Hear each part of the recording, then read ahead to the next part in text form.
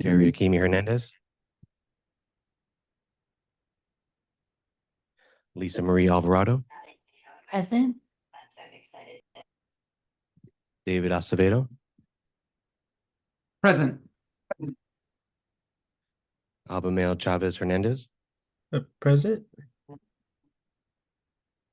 Vice Chair Ana Gonzalez. Gloria Huerta. Present. Naomi Iwasaki. Present. Peggy Martinez.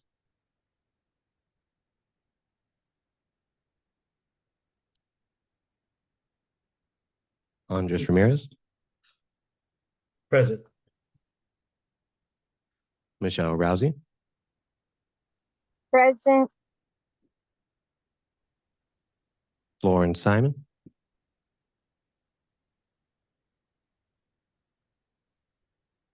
Randy Torres Van Vleck. Present. Pualani Vasquez. Present. Howard Wong.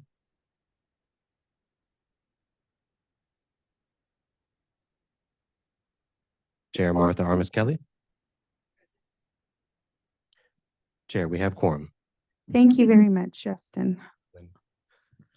At this time, I'd like to recognize and acknowledge the executives that are on the dais, as well as those that may be online. And I'll begin with CalSTEV. Is James Hacker present? Oh, pardon. Webinar instructions, please, Justin. I'm so sorry. Not a problem. Welcome, everyone, to the September 5th, 2024 Interagency Transportation Equity Advisory Committee meeting.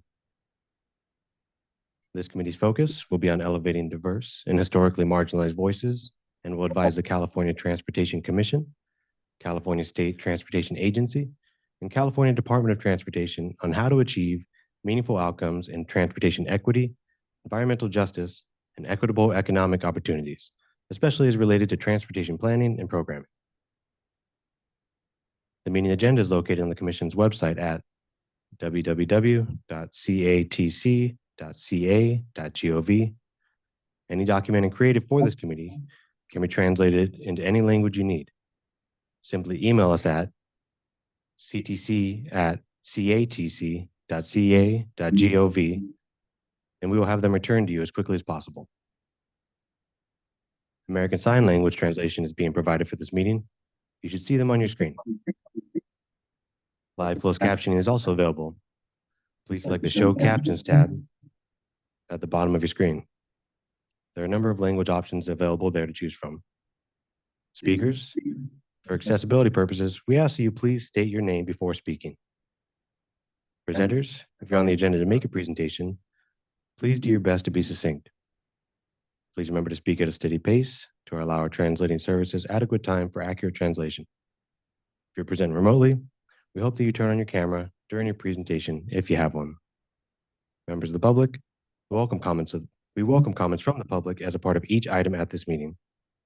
For those attending in person, please submit a speaker slip to the clerk at the front, that's me, to let us know you want to comment on an item. For those attending via Zoom, you should see the webinar control panel, likely located on the bottom of your screen. There you will find the raise hand and Q&A tabs. We encourage you to use the raise hand feature as soon as we reach the item to give the system time to acknowledge you. Committee staff will let you know when it's your turn to make your comment. Alternately, you may use the Q&A tab to submit your comment. Committee staff will read the comment on your behalf. As a reminder, each registered attendee is provided a unique link and number to access the webinar, and they should not be shared with other participants. Do your best to be concise, speak at a steady pace, and make sure your comments add new information. If you agree with the comments of a previous speaker, make that statement. Please make your point in 3 minutes or less, and if for some reason we have many speakers on any single topic, we reserve the right to limit comments to 1 minute if needed. Thank you for joining us today.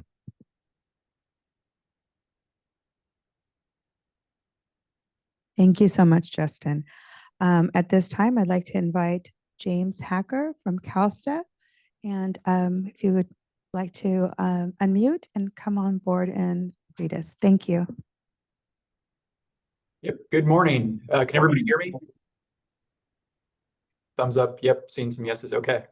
Great. Well, good morning, everybody. I'm James Hacker, Undersecretary at the California State Transportation Agency, and I appreciate you all giving me the chance to join today virtually. And I appreciate all the work that you all have done today and the work that you are continuing to do here for the committee for State of California. So just a couple of quick things on my end. First, just want to sort of underline CalSTA's continued commitment to equity, even in a sort of a changing and difficult nationwide environment. As many of you know, CalSTA is guided by the core four priorities. And so on our side, that's equity, climate, safety, and economic development. Equity is in there for a reason. It's been a priority of the governors from the beginning. It's a priority of Secretary Omashakins. And we're not necessarily going to let the changing federal environment change that level of commitment to the issue on our side. So there's been a lot of work done over the last several years, and there's going to be plenty of work to do for the remainder of our term. With that in mind, I do just want to flag the timeline that we're working under. So today is September 5th, 2025. There's an election in 14 months, and 2 months after that, there will be a new governor. So priorities, once that happens, priorities may and will change. The way in which we operate and the way in which all this work is done may change. And so from our perspective, there's a certain sense of urgency to keep things moving on the issue of equity. The work that the committee has done to date has been supremely valuable for CalSTA, for Caltrans, and for the state transportation system generally. And we want that work to continue. What that means from our perspective, and again, looking ahead to that, doesn't seem super short, but it's going to wind up being a very short timeline, is really finding ways to operationalize equity and find ways to embed it in just what we are doing on the natural and the transportation space. In conversations with the governor's office and with the secretary, the focus is how do we make equity just a thing that we do on the natural, right? So we're not necessarily out there, equity isn't its own thing. It is the way in which we do everything that we are trying to accomplish here, right? Just our baseline sort of transportation planning and programming and sort of operations and maintenance is done in an equitable manner. So I think you, the members of the EAC here, and everybody who's participating today play a key role in that. And so I really just want to encourage folks to keep doing that work and to keep looking for ways to sort of embed this work in just the machinery of the state and the machinery of the state's transportation system, so that regardless of what happens, in the coming weeks, months, and years, the work continues. So thank you very much. Thank you for giving me a few minutes here, and looking forward to the conversation. Thank you. And it's this time we'd have public comment on anything. There's no Moving public right comment at along. this time. Thank you. Moving right along, we'd like to go ahead and bring on board our Chief Deputy Director, Paul Golosewski.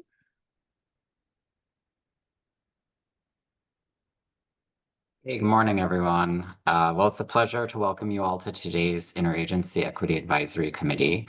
And I want to start just by thanking each of you for your time, your commitment, and your continued partnership in advancing equity across California's transportation systems. I've had the opportunity, as Martha mentioned, I'm the Chief Deputy Director for the Commission. I've had the opportunity to meet many committee members at the meetings in May and last March as well in person, and I'm honored to be here virtually today to welcome you. Just to kind of tag on to what James was saying, at the Commission, we really do view equity as a lens through which we have to view every aspect of our work. And that's really important, and we continue to commit to that. And of course, are always looking for your valuable feedback and input on how we can continue to do that. I also just want to emphasize, this committee, as well as the subcommittees, play such a vital role in helping us do this work. Your advisory support really helps ensure that our transportation investments that we're making at the Commission, such as for our SB1 funding programs, are continuing to promote access, opportunity, and environmental justice for diverse communities across California. So just thanks again for being here today and really appreciate the work that you do every day as leaders on the Interagency Equity Advisory Committee. Thank you so much. Any public comment? There's no public comment at this time. Thank you. Okay, and I'm going to save the best for last. I wanted to take a minute to acknowledge, first of all, I do want to give recognition to Undersecretary James Hacker. I did not have his full title, so I want to recognize and thank him for being here. But now, Caltrans, and inviting Caltrans to the table, we have some exciting news, and I don't know if you're all aware, but we have a new director, Dina Ely Tawanasi, and we'd like to give her a minute. But I'd also like to recognize former Chief Deputy Director Mike Keever, who is leaving us, and today is his last day. So I'm going to give you both equally amount of a few minutes to just kind of pass on the baton. First, Mike, and your points. I do want to say that it has been a pleasure working aside in the endeavors of bringing equity to transportation and through this body of many committee members over the last 3 years. It's been quite an honor to work with you. I will say the first time that I met Mike, I was sitting in an audience that was a packed room and there was no place to sit. And I gave him a seat and he was so gracious. I didn't even know who he was. He wasn't dressed in his suit, his usual attire. And he just asked me really gently, well, what do you think about the Equity Advisory Committee? And I told him we have a lot of work to do. And he was like, oh, really? You know, and I inserted foot and I went on and talked a lot about what I felt and what I thought. And he listened. And I was really kind of like, wow, nice people in this room, you know, not even knowing who he was. And then I seen him get up on the dais dressed and ready to go, you know, guns loaded.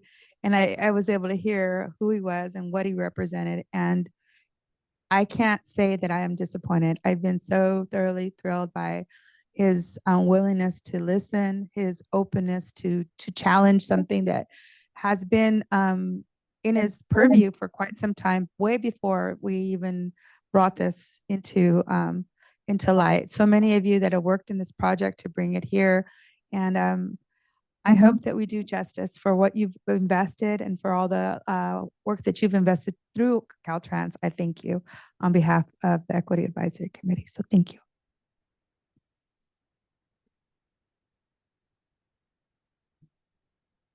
Thank you, Chair Armis Kelly. Martha, it's been great getting to know you so well. And yeah, it began with that moment in that crowded CTC meeting. Yeah, kind of unique. I've been in many of these meetings in the past, but this is my last one. I won't be able to stay for the entire meeting, but I appreciate the opportunity to say goodbye. This is actually my last official act here at Caltrans, and somewhat fitting that I get the opportunity to do that here with the Equity Advisory Committee. I've been along, as you said, from the beginning through all of this. And exactly as you predicted, this has been a lot of work to get to where we are today. And as Undersecretary Hacker mentioned, an urgency to continue this work because it is so important and it goes beyond the work of this committee, but somewhat daunting. These three agencies want to utilize all of this knowledge and expertise to help us to weave it into the everyday of what we're doing. And so I feel so humbled and privileged that I have been able to be part of this from the beginning and to work with all of you and to see, you know, all of the hard work, all of the progress. And some of it has been, as predicted, hard. We've gone through some turbulent, choppy parts of this, but the foundation that you've all built has given us, you know, the opportunity. We've made really good progress, and you know, I won't be here on the meetings, you know, going forward, but I'm certainly going to be, you know, doing everything I can personally, you know, with my own knowledge of you know, the things that I've learned in talking to all of you, and you certainly be rooting and everything that I can for, continued progress in all of this. But thank you so much. And I just appreciate every one of you and what you do. So thank you. Thank you. Well, good morning, everyone. Good morning, Chair, committee members, Dina Atlanti, and thank you for the warm welcome, Chair. I really appreciate it. It is an honor to be here with you as the newly appointed Caltrans Director. Some of you may know me from my previous role. I was the Director for District 4 in the Bay Area. So I've worked with some of you in that capacity. But I've also held several positions throughout my 27 years career within the department in Southern California, LA, Ventura County, and Orange County, as well as the Bay Area. But for those of you that we have not had a chance to work together yet, I'm really looking forward to connecting with you. I had the pleasure of participating in your last meeting in May in San Francisco. And I've been really delighted to see the work that this committee continues to expand on this summer as the subcommittee's member and subject matter experts take on important advisory roles. From Caltrans' perspective, I look forward to seeing how your contributions are going to shape our community engagement and our transit plans in general. I think you're going to be a critical partner in shaping that work. So I look forward to that. The committee represents to me the ultimate degree of collaboration between agencies, communities, and advocates. So I'm really invested in making sure that I continue to work with you closely and advance the work that you're doing as well. You already recognized Mike, and I really appreciate that. Mike is a huge loss for the department, but he's earned his retirement. I couldn't say it more eloquently that Mike has been a great leader within the department. He's been a mentor and a friend for so many of us. And you've seen firsthand his commitment to equity and this committee here. But I've seen all that commitment really translate through the work that he has done through the department for as many years as I have known him. While we are conducting, like I said, it's a huge loss for us, but I wish Mike the very, very, very best for his next chapter, and I'm excited for him. He's earned it. While we're conducting the search for Mike's replacement, I want to announce that we have asked Director Dermody, Ryan Dermody, who's online. Ryan, if you can wave at us, to join, to be the acting Chief Deputy for the department. Ryan comes to us from District 9, Bishop area, and he has served as a district director since 2020. We are so excited to have him on the team and to learn more from his extensive experience overseeing the highway system in Inyo, Mono, and Eastern Kern counties. Again, I appreciate the opportunity to be here this morning, and I apologize that I'm not going to be able to sit through the whole meeting, but I just wanted to make sure that you hear from me the firsthand commitment to this committee and all the work that you are doing. And I wish you all a good day and a productive meeting. Thank you. Thank you so much. Wow, a lot of education and a lot of wisdom in this room. I just wanted to encourage all our members, although you may not be here today, use your emails. Send those emails out. Make yourself familiar. One of the things I can say about Mike, oh, and I don't want to get sad, is that every meeting, no matter where I'm at and where I've been, he's always made it a point to say hello and connect. And many of you are like that as well. I see that there's so much bonding that goes on and family. And I hope that you all can experience that. So I encourage you to try to go to at least one meeting out of your area and get to know these people. I find that working as a chair is great, but I also know that as a member, you have a little bit more mobility, and use it. Use it to your ability. Well, welcome to our meeting. And at this time, I'm going to pass the mic over to our Vice Chair, Ana Gonzalez. All right. Oh, what, do we ask for a public comment?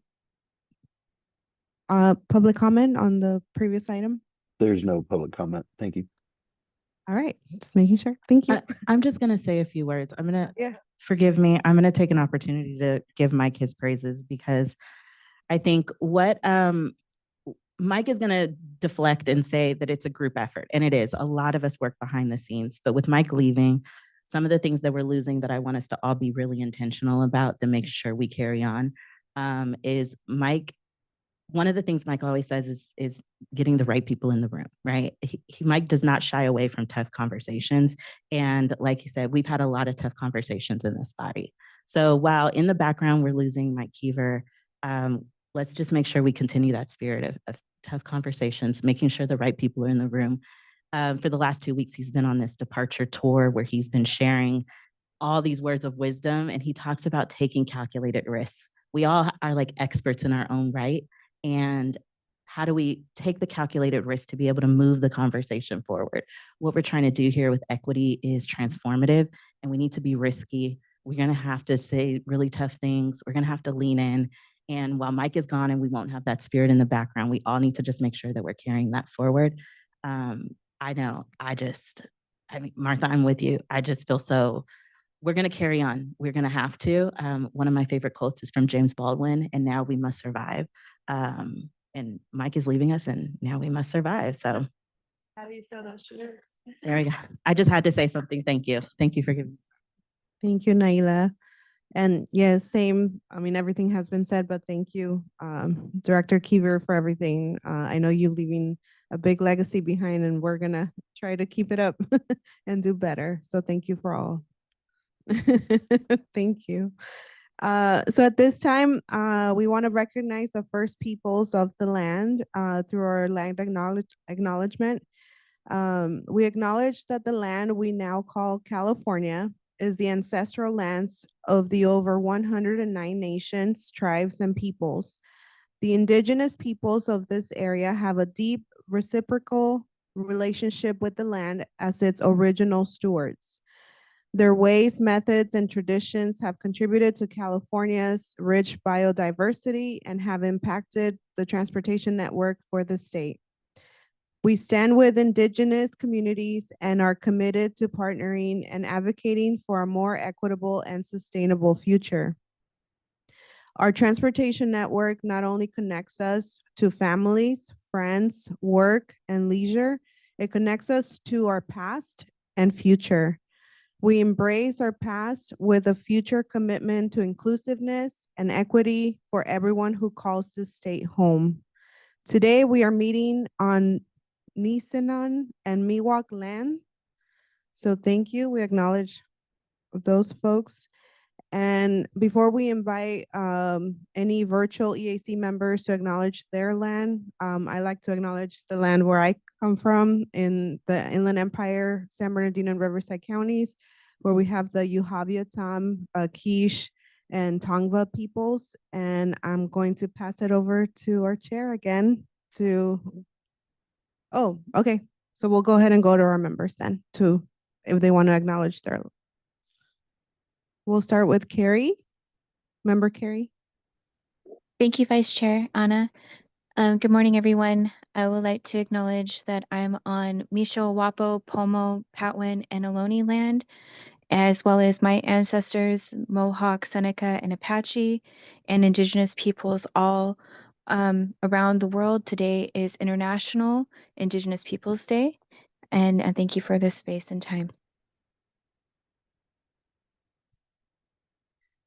Thank you. Next, we want to announce the 58th Annual California Native American Day celebration taking place Friday, September 26th, from 10 a.m. to 2 p.m. on the west steps of the California State Capitol. And I will pass it to our chair to explain a little bit about what that's about.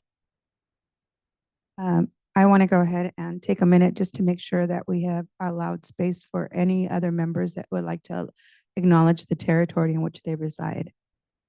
And I will give you a minute. So if you would like to speak, please take yourselves into that space. Randy?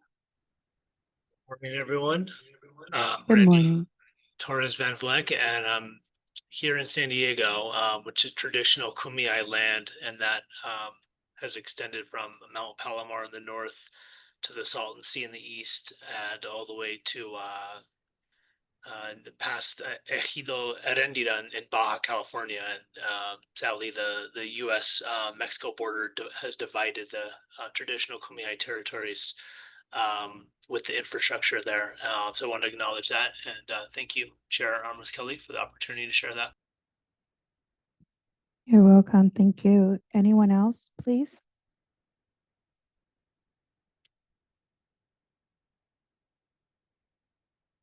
And I'm just giving one more second for anyone else that'd like to do an acknowledgement. And I don't see any online. Do we have anyone online? No. Okay, then I'll continue.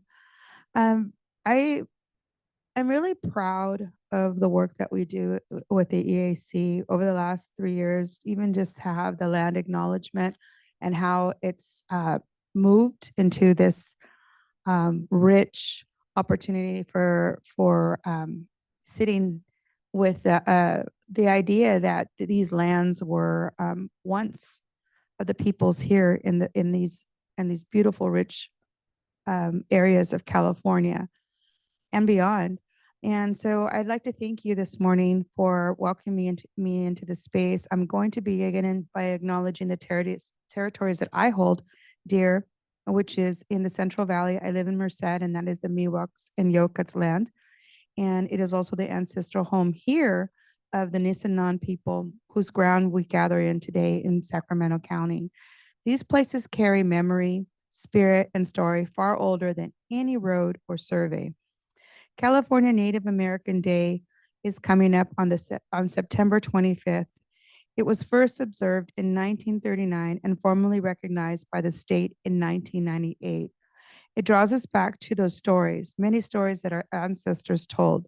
It is not merely a date on a calendar, but a reminder of the resilience, the languages, the songs, the practices that survive centuries of displacement, and the vibrant communities who continue to teach and heal. As members of the Equity Advisory Committee, we know transportation shapes more than routes. It shapes relationships. For too long, our highways and railroads and rail lines carved through sacred sites, disrupted ecosystems, and ignored the voices of the original stewards. Today, however, we are moving toward a different path. We're honoring the role of cultural monitors to safeguard heritage.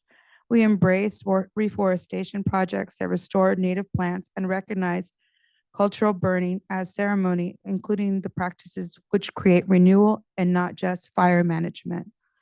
There are many new ideas, and there are not new ideas that carry the ancient inheritances. We now foster that.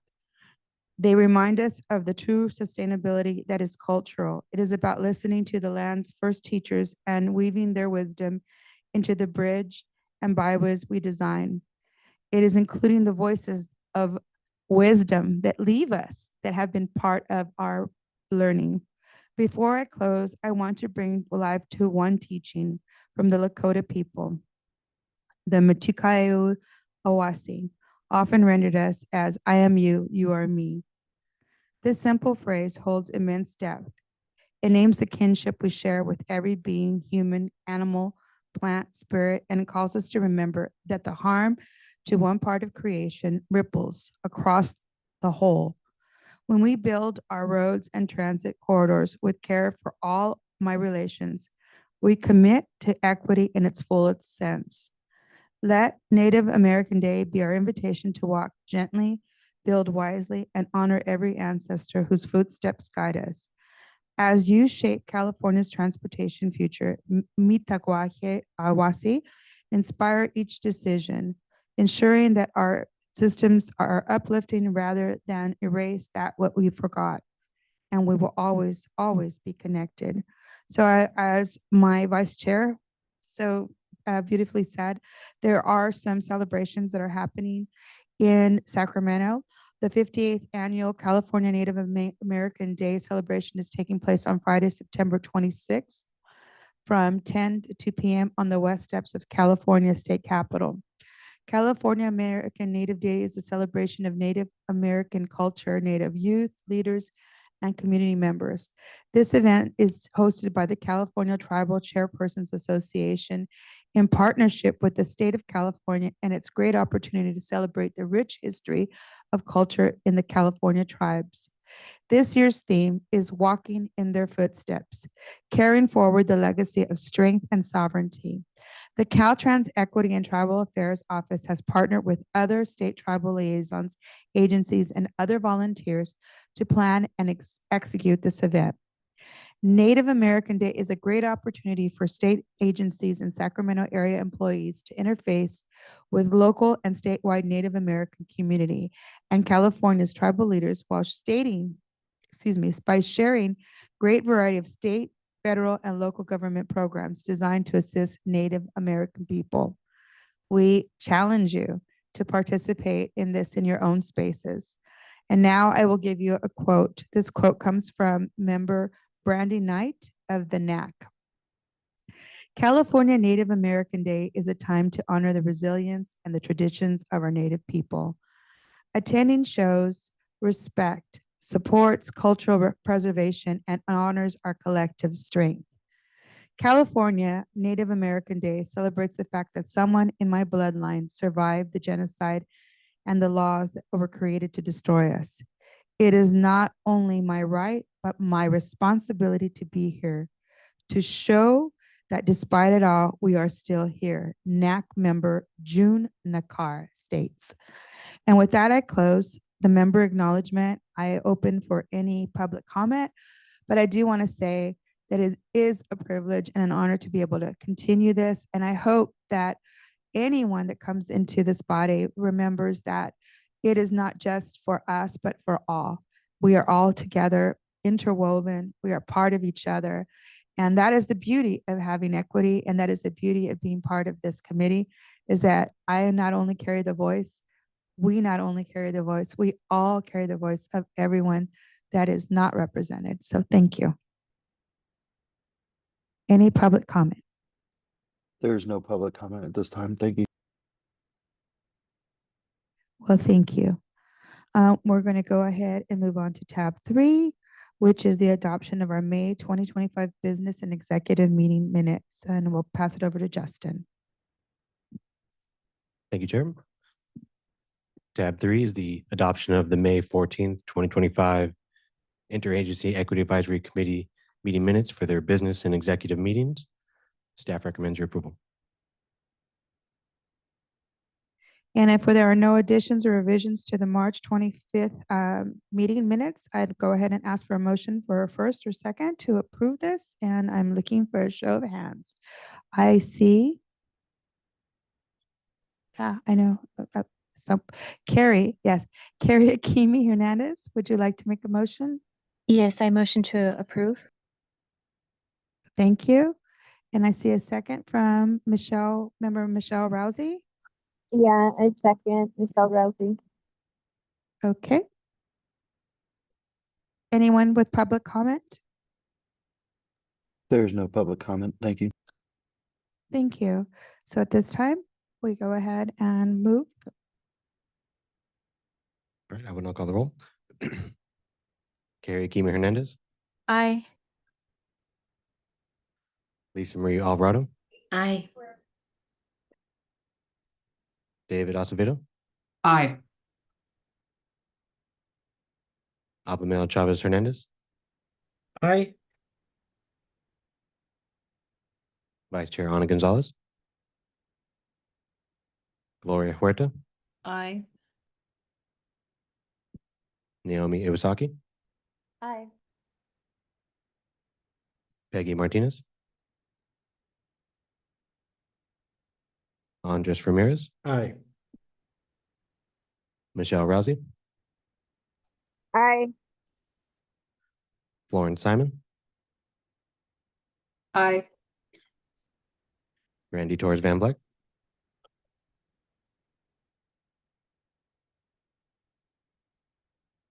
Randy Torres Van Vleck. Aye. You hear me okay? Yes, I did there. Thank you. Okay, cool. Thank you. Pualani Vasquez, Aye. Howard Wong. Chair Martha Harmis Kelly. Aye. Chair, the motion is approved. Thank you. At this time, we'll move on to tab 4, which is public comment for items not on the agenda. I also want to caution you that the items that are not on the agenda will not be discussed in today's meeting. However, we can acknowledge them. So is there any public comment for items not on today's agenda? I'm not seeing any public comment. Thank you. Member Carrie Akimi Hernandez, your hand is raised, and I'm not sure if you still have it raised from earlier or you are Thank you. raising your hand up. Thank you, Chair. Yes, I just wanted to offer a public comment to acknowledge that September is Deaf Awareness Month and it's also Latina Heritage Month. Thank you. Thank you. I really appreciate that. September 16th. Okay, well, thank you so much. We are going to move on to tab 5, which is our interagency updates. And I will hand over the mic to Carolyn Abrams. Carolyn has been with us from the beginning and she will go ahead and discuss our application. Thank you. Thank you, Chair. So for tab 5, we will kick us off with some interagency updates. Our interagency team has a lot in the works currently. Most of these will be updates on the advisory opportunities that our members are working on. But before we dive in, we did want to make an announcement about the upcoming applications that are opening for the open seats on the Equity Advisory Committee. So to do that, I will turn it over to Sequoia. Thanks, Carolyn. Thanks, Doug. Okay, next slide, please. All right, so we're really excited to announce to the world that our application period for member recruitment will begin in 3 days, where we will open an online form open to all members of the general public to fill out and submit intent and interest in joining us for the 2026-2028 term of the Interagency Equity Advisory Committee. The application will open at midnight or 12:01 a.m. on the 8th and close at midnight on October 19th. So that's about 6 weeks of the application being open, and we ask that members help us get the word out. You'll probably see some email announcements coming through and various forms of communication from us with links to the application as well as other information that you can send along to your networks. We will have 3 seats with members who are finishing up their first term. And so we'll be looking to refill those seats. The seats are Gloria Huerta, Andres Ramirez, and Michelle Rousey. And we genuinely hope all 3 of you also reapply, as you've been really, really wonderful members of this committee. And we have really valued everything that you've brought so far. So as we know as well, kind of parameters for joining the committee is members must reside in California and demonstrate professional or personal leadership in equity or ability justice or environmental justice and related fields throughout the state, either in your region or statewide. So we look forward to kicking off this period of open applications, and I'll pause for questions if there are any before we move on to our interagency updates piece of this tab.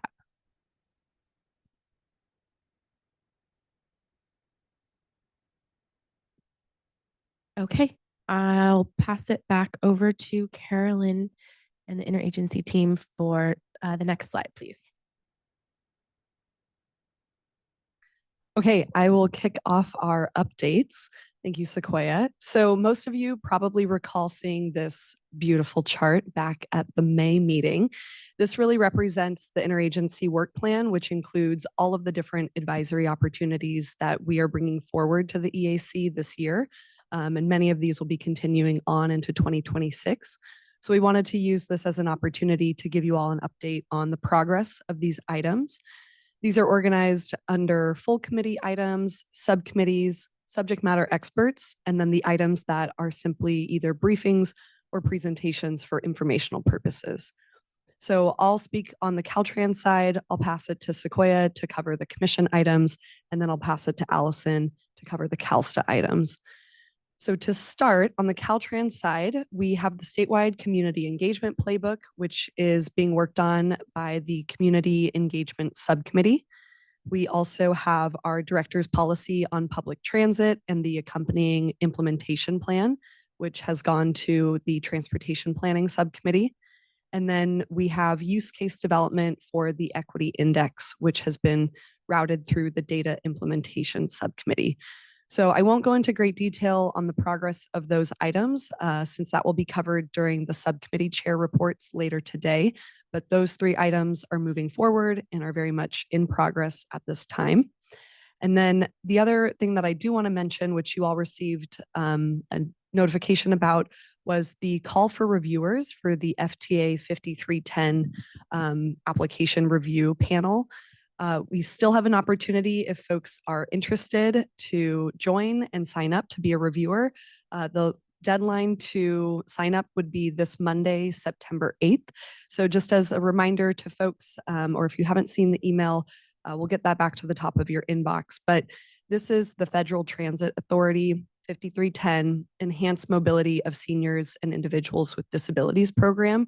And essentially, we always have a state review committee, and it consists of various advocates and other partners that review the call for projects and all of the applications that have been received. So it's about a 6 to 8 hour commitment, depending on the number of applications that they received in total. And we can always put you in touch with the organizers of this program if you'd like more information. But we've had a few members respond so far who are interested in serving on the state review committee. And there's still an opportunity for other folks to join as well. So just a reminder, Monday, September 8th, you can email staff directly if you would like to sign up for that opportunity. And then the other thing that I will preview for you all is that at your October meeting, you will receive a presentation on the Caltrans Complete Streets efforts. And in the meantime, if folks have particular questions that they would like answered or any other information that you are really hoping that staff will provide on that item, please email us and we'd be happy to share those questions and comments with the presenters in advance. And that way they can maximize their time while presenting to you in October. So with that, I'm going to pass it back to Sequoia to cover the CTC items. Thanks, Carolyn.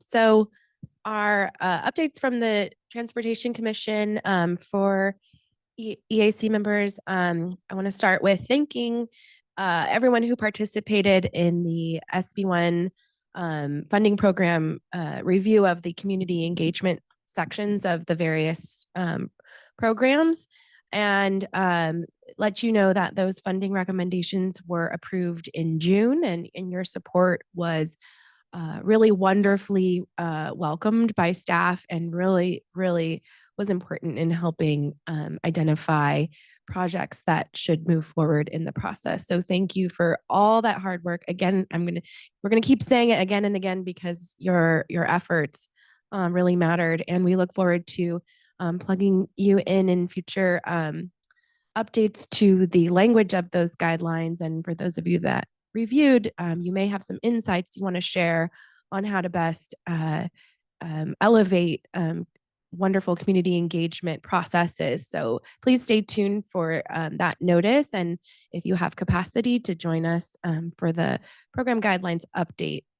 The next I'll move and thank Howard Wong for supporting updates to the STIP guidelines, the State Transportation Improvement Program.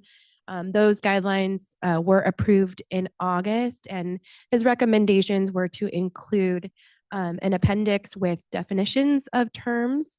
So we appreciate that input, and we were happy to include that.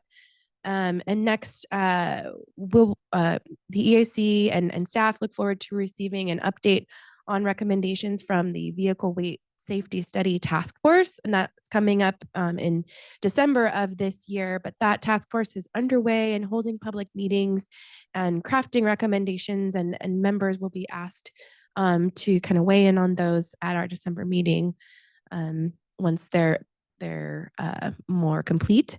And then finally, regarding the draft comprehensive multimodal corridor plan guidelines, an update from Destiny includes that at the August 2025 commission meeting, staff provided an information update on the guidelines, which are still in the process of being updated, and they serve as a resource for agencies preparing comprehensive multimodal corridor plans, or CMCPs. And a project must be part of a CMCP to compete in the SB1 Solutions for Solutions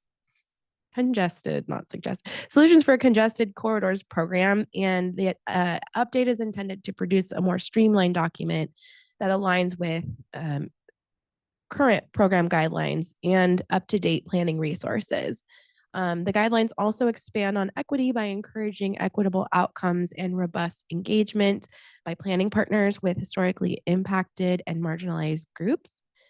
And in the last month or so, members were invited and asked to provide written comments, and staff held a series of informational briefings to provide additional context to members on the CMCP guidelines. And staff was able to join the August 25th meeting of the Transportation Planning Subcommittee and share feedback that was received on those guidelines. And the guidelines will be presented at the October meeting of the California Transportation Commission, with final adoption and approval by the commission anticipated in December of this year. And the guidelines will apply to comprehensive corridor plans initiated or updated after final adoption. So big update from CMCP, and thanks Destiny for offering so many extended opportunities for folks to engage. With that includes my updates from the commission, and then I'll pass it over to Allison. Do you have a mic?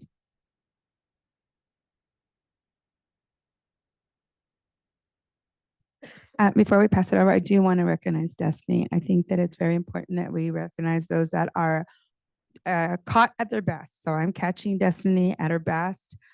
She's gone far and above to make sure that she's reached out to folks to participate and put their comments in, and even met with us, the EAC, to really give us a good background of the work that we were doing with SB1. So I wanted to send a shout out. Thank you. Equity in-house. Hello, everyone. Allison Joe, Deputy Secretary for Equity and Workforce here at the State Transportation Agency. It's good to see you all and be in the same Zoom with you all. And so I wanted to give some quick interagency updates. Part of what we've been doing at agency is, in our role, is helping to connect a lot of different voices and efforts, and really think about what we need to do to, as Undersecretary Hacker said earlier, really embed and ensure that equity is really addressed and acknowledged, and not just equity as a subject, but how we do it, where we do it, how we show up. And so one of the things I wanted to highlight, it continues to be, it was our basically our summer project, if you will, was the work of the Transit Transformational Task Force. The task force has met over the summer, and with some work and coordination with the Equity Advisory Committee at its June subcommittee meeting.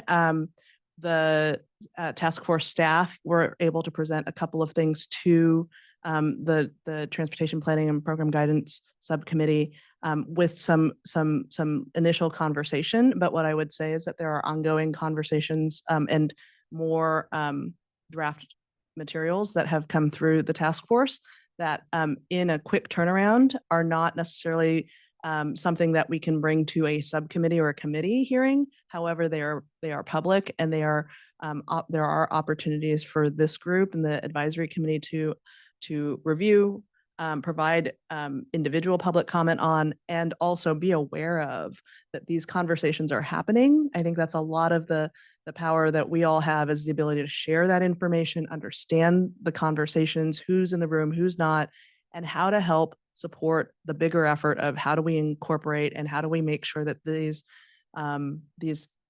activities and these recommendations are truly equitable. There's a great opportunity to do that through this work. A couple of things that the final recommendations per legislation, the recommendations are due to the legislature by the end of October, which is really the quick time frame. We kind of work in fast and comprehensive in our world, right? And so we're looking at the task force staff has provided they've had 2 meetings so far. The 3rd meeting is later this month in Sacramento, and also publicly accessible, which will wrap up the final group of recommendations for the final report to the legislature.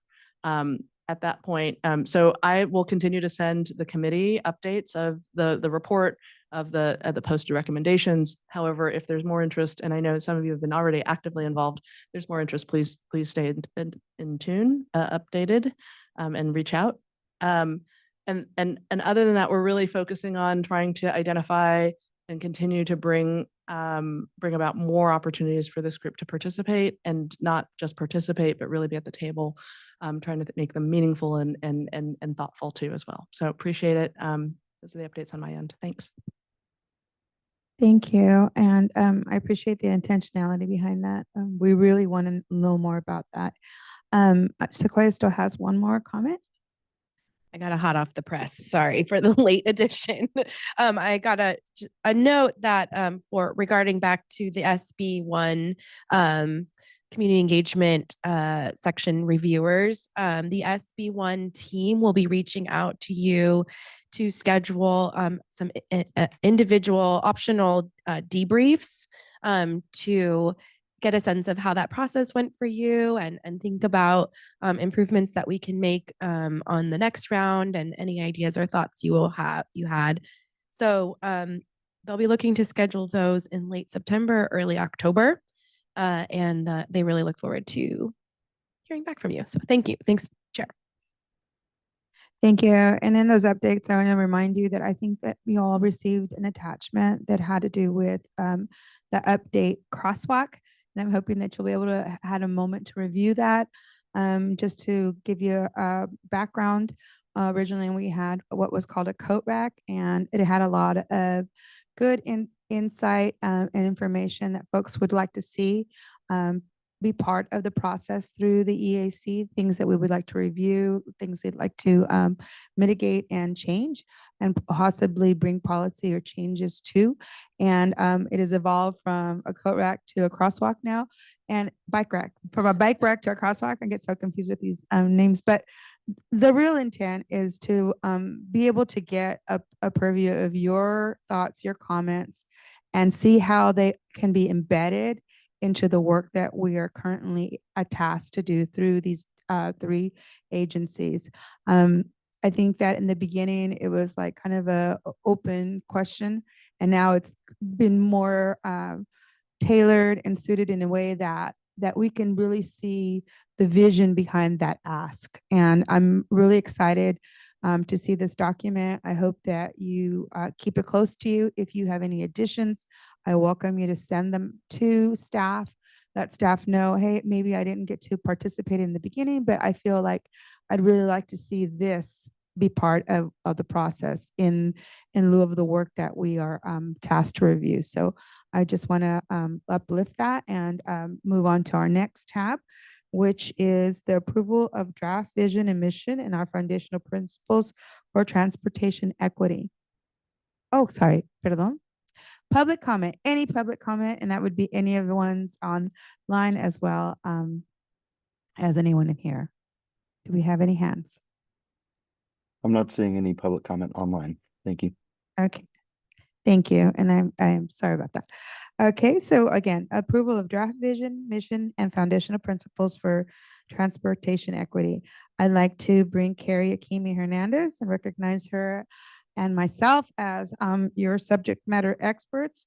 I would like to say that this has been a labor of love, a lot of nail biting and kind of just figuring out how to take such a big undertaking and make it into a condensed version for all of you and for us, as a whole. I really would like to recognize Carrie Akimi Hernandez and the work that she's done on this,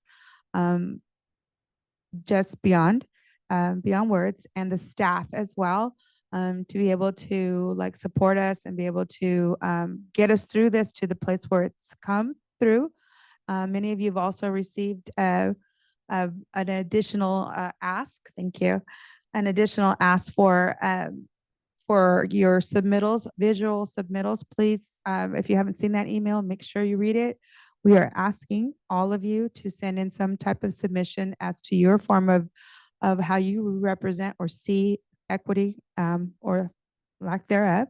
So the purpose of the vision and mission statement is to convey a shared understanding of the committee's purpose and desired impact. And Carolyn will now kick us off. Thank you. Thank you, Chair. So I also want to acknowledge all of the hard work that's gone into this. This has been in development since mid to late 2024. So, and with that, really quick, if we could go to the next slide, I want to provide a little bit of an overview of how we got to this point today. And then I'll hand it back to Martha and Carrie to present their final statement. And one more slide. All right, so a lot of you recall the development process that we went through starting in 2024. And where we left this off was that back at the May executive meeting, the SMEs, Martha and Carrie, presented a draft of their vision statement, their mission statement, and foundational principles for equity. And with that, we had a really robust discussion with member feedback. We had commissioners participate, we had executives participate, and the SMEs were able to get some additional input on those draft statements. Over the course of June, July, and August, Martha and Carrie have been working to incorporate those comments and that feedback into the final statements, and that's what they'll present to you today. So today is really an opportunity to open it up for discussion, but we are also at a place where we think we're ready to take action on this statement. So I just want to let folks know that as we walk through the statements that are being presented today, if you have minor changes or suggestions, staff can capture those in real time, and we can always make some minor modifications that can be incorporated into any motion that's made. So by all means, please, take notes. The materials are in your inbox and on the website. So if you want to walk through the statements yourselves as Martha and Carrie read them, we are still open to taking some minor adjustments, but this is an action item. So with that, if it gets approved today, this will get presented by Martha and Carrie at the October Commission meeting for adoption.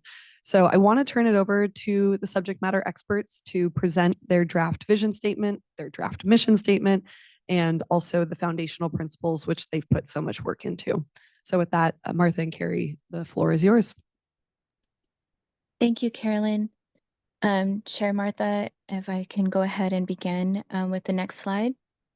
And before I speak to that item, I just wanted to kind of elaborate briefly on the visual request, which is as we're sharing the written words today, if everyone can take into consideration how will equity show up in your community and how can we visually capture that. We're looking for ways to have pictures illustrate these words and bring them to life. And so as we're reading through this, consider what comes to mind and what images we can capture from each of our communities. And then just briefly, if we can all take a moment I'd like to ground us into this session and consider wherever we are, if we're indoors, consider what natural space is sacred to you.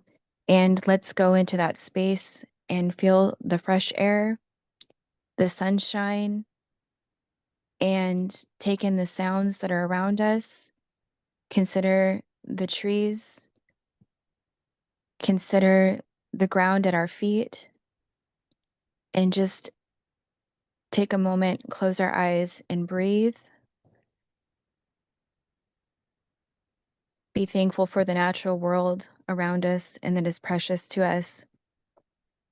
Consider what privilege it is to access this land and to protect it. Consider our ancestors that are here with us and consider what we are creating for our future 7 generations. And with that, I'll go ahead and move into our foundation principles. We wanted to offer definitions for that. And so the first part of that is right relation in If I may- Indigenous. If Yes. I may, Carrie, I just want to give one instruction before we begin. Sure.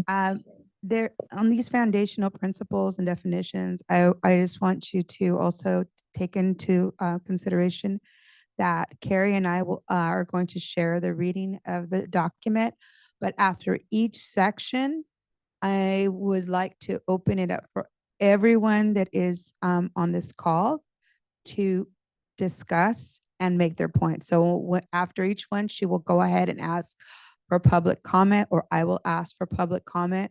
And the reason is that we are going to really be intentional about giving you an opportunity to say and speak on that particular subject section, because we really would like to see this move forward. And this is your kind of like last opportunity to be able to really just be intentional, be purposeful. And if you see something that you want to flag, or there's something that maybe isn't quite clear for you, or maybe there's something that's just absolutely missing, and we need to recognize that, take the time to do this, because once we moved on, I'm not going to say that we don't consider what you say, but we'd like to go ahead and wrap it up and be able to present this in a timely manner. So thank you for your listening. Thank you. And again, Miss Carrie, Member Carrie. Thank you, Chair. And just asking a question before I proceed to clarify with Chair and staff, I will be sharing the definition for right relation and eco-justice. Would you like me to say those 2 definitions and then pause and ask for public comment? Or are we asking for public comment after we finish reading slide 1? I think that we'll just go ahead and read slide 1, but it's going to go section by section. So right relation and eco-justice, you'll go ahead and read that section for us, and then we'll open it for public comment. Remember.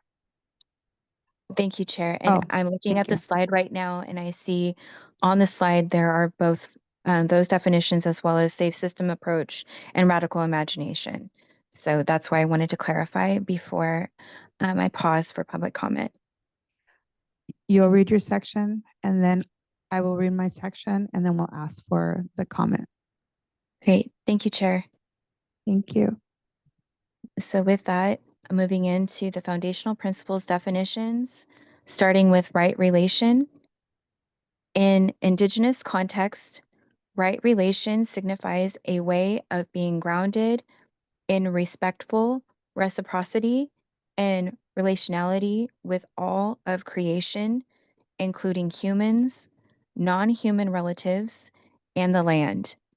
Right relation is about practicing deep listening, self-reflexive, reflexivity, creating space for marginalized voices, and acting with responsibility and accountability. Eco-justice refers to the interconnectedness of environmental, sustainability, and social justice, emphasizing the need to protect the environment while ensuring fairness and equity for all.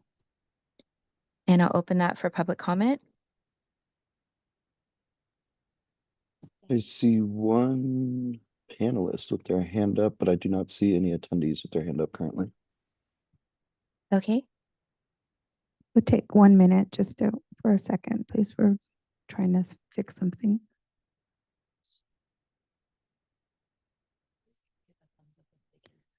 Can members give a thumbs up if they could see the actual screen of the verbiage? That's actually why this is Pua. That's actually why I had my hand up. It says the CTC meeting producer there we go. Now we can see it. Thank you, Pua.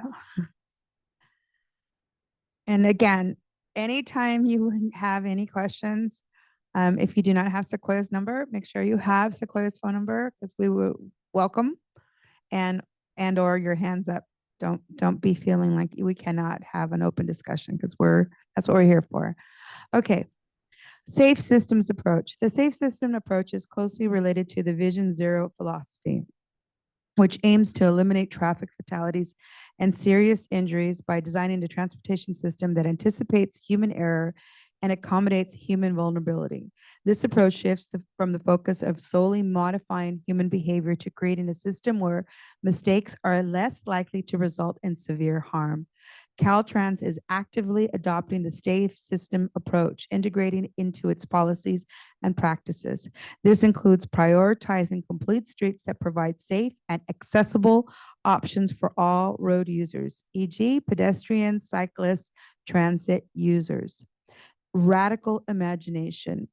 Radical imagination is a tool used by social justice leaders and movements to collectively shape what's possible. What is possible? It is the ability to imagine the world, life, and social institutions not as they are, but as they might otherwise be. Haven Kanavish, 2014. Any questions or comments? Not seeing any at this time. Thank you. Thank you. As we Okay. approach this, I just wanted to Member? say that the next section would be mine to discuss for the acknowledge history and past harms on the next slide. Okay, that's fine. We're going to go ahead and go to foundational principles. As Carrie reads this page, please remember that after she finishes, we will open for our member comment or public comment. Thank you. Thank you, Chair. Foundational Principles Draft. Acknowledge history and past harms. Transportation has long been a key driver of progress, opportunity, and connection across California. We have diverse transportation systems that connect our urban, rural, and suburban communities, as well as our waterways, which include our rivers, lakes, and oceans. While our infrastructure has enabled economic growth and vibrant communities, it has also caused significant harm, often developed without consideration for the people and ecosystems it disrupted. Historical practices including indigenous displacement, redlining, segregation, and the creation of sundown towns denied many communities safe and equitable access to transportation, resources, and opportunity. Before California became a state in 1850, this land was home to over 100 distinct sovereign indigenous nations whose descendants still live here today. Many modern roads follow trails and waterways that indigenous communities have used since time immemorial. As cities expanded, these communities were forcibly relocated to rancherias or forced outright violence and genocide. This legacy of harm continues to impact Black, Indigenous, and people of color, as well as California's aging population and people with disabilities, low-income communities, farm workers, and others facing systemic barriers to mobility and opportunity. And with that, I'll pause and open it up for public comment and then discussion among community members. I'm not seeing any public comment at this time. Thank you.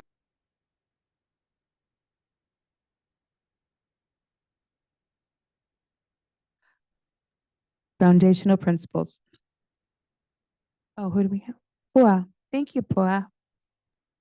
Hi, sorry, I didn't get to my hand fast enough. This is Pua. I just want to say that you can very much tell that a lot of time and effort has been put into that draft. It really incorporates a lot of the things that we all talk about, that we all feel, and that we know are apparent when we work in transportation. So I think that was very well said. Thank you. Member Naomi, thank you. Pua. Thank you, Chair. And thank you so much for the work that, as Pooh said, has clearly gone into this, a lot of thought, a lot of consideration. So thank you. I think it's a really important step for this committee to have these as our foundational principles. I have two small suggestions for addition in the last sentence of the first paragraph that starts with historical practices.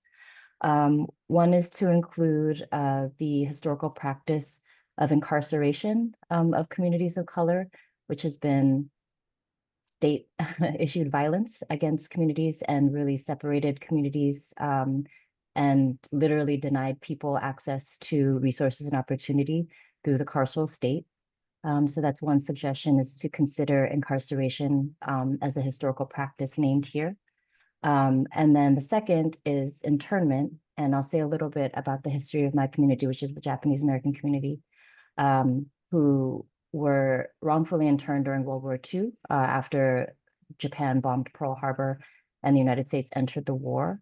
Over 100,000 Japanese Americans, 2/3 of whom were US citizens, were rounded up from the West Coast and placed in internment camps for the remainder of the war. And knowing that my community, the grandparents and uncles and aunties in my community were taken by federal agents from their homes, from the places of work, and not denied any due process, is a really terrifying echo of what we're seeing today here in California and across the country. And so I would hope that this committee would consider that as a way to really embed that historical practices must be acknowledged so that we can continue to resist them repeating in the current and future. So for consideration to the committee. Thank you very much for all of the work on this. Thank you. And at the end of our complete session, we will also take your comment and move it for motion so that it can be included. So if you do not hear anything such as a response to that you're thinking that you should be getting, it'll be all moved to the end. So we've recorded that. So thank you so much for your comments. And Member Carrie? Thank you, Chair. Staff, may I ask for you to take the words that Naomi just shared and look at the last sentence and insert those two words so that we can read it aloud when we're asking for a motion to approve with that consideration for any edit. And again, that will be brought to the end of our discussion. But thank you, Member Carrie, for reminding us. And I'll continue reading on our foundational principles. Emphasize partnership and collaboration. In response to the Interagency Equity Advisory Committee, we seek to support the Commission, Caltrans, and CalSTA in partnership with community leaders to build a more just, inclusive, and sustainable transportation future. We are committed to reducing systemic harms and expanding opportunities to address issues such as human trafficking, environmental degradation, and unequal access to vital resources like healthcare, education, consumer advocacy, and economic opportunity by actively centering the voices of those most impacted. Center community practices. We are guided by a deep respect for the land and the communities who call it home. Our approach integrates Indigenous values such as being in the right relationship with the land, fostering eco-justice, and addressing the realities of climate change through renewable energy solutions and wildlife conscious planning. We acknowledge our our California farm workers who are essential to our state's agricultural success and how vital our transportation methods are to providing local resources and transporting them worldwide. Comment. Not seeing any at this time. Thank you. Thank you. I'll continue reading the foundational principles. Draft continued. Member Prioritize. feedback? Do we have any member feedback? Oh, I have to ask.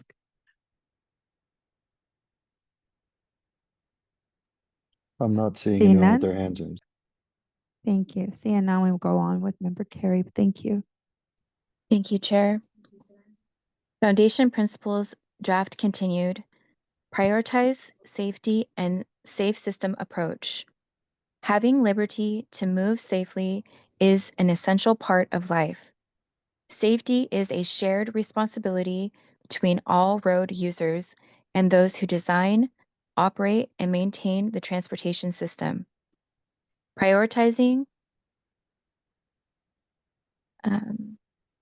investing in public transportation will ultimately improve service, frequency, and reliability, integrating transportation modes which encompass a range of options, including public transport, cycling, walking, and electric vehicles, all of which contribute to a healthier lifestyle by reducing CO2 emissions and other pollutants. Support economic opportunity. With rapidly changing technology and communication methods, we will need flexibility to adapt and respond to community needs as they evolve over time. We believe that access to transportation is a key resource that leads to economic opportunities and prosperity.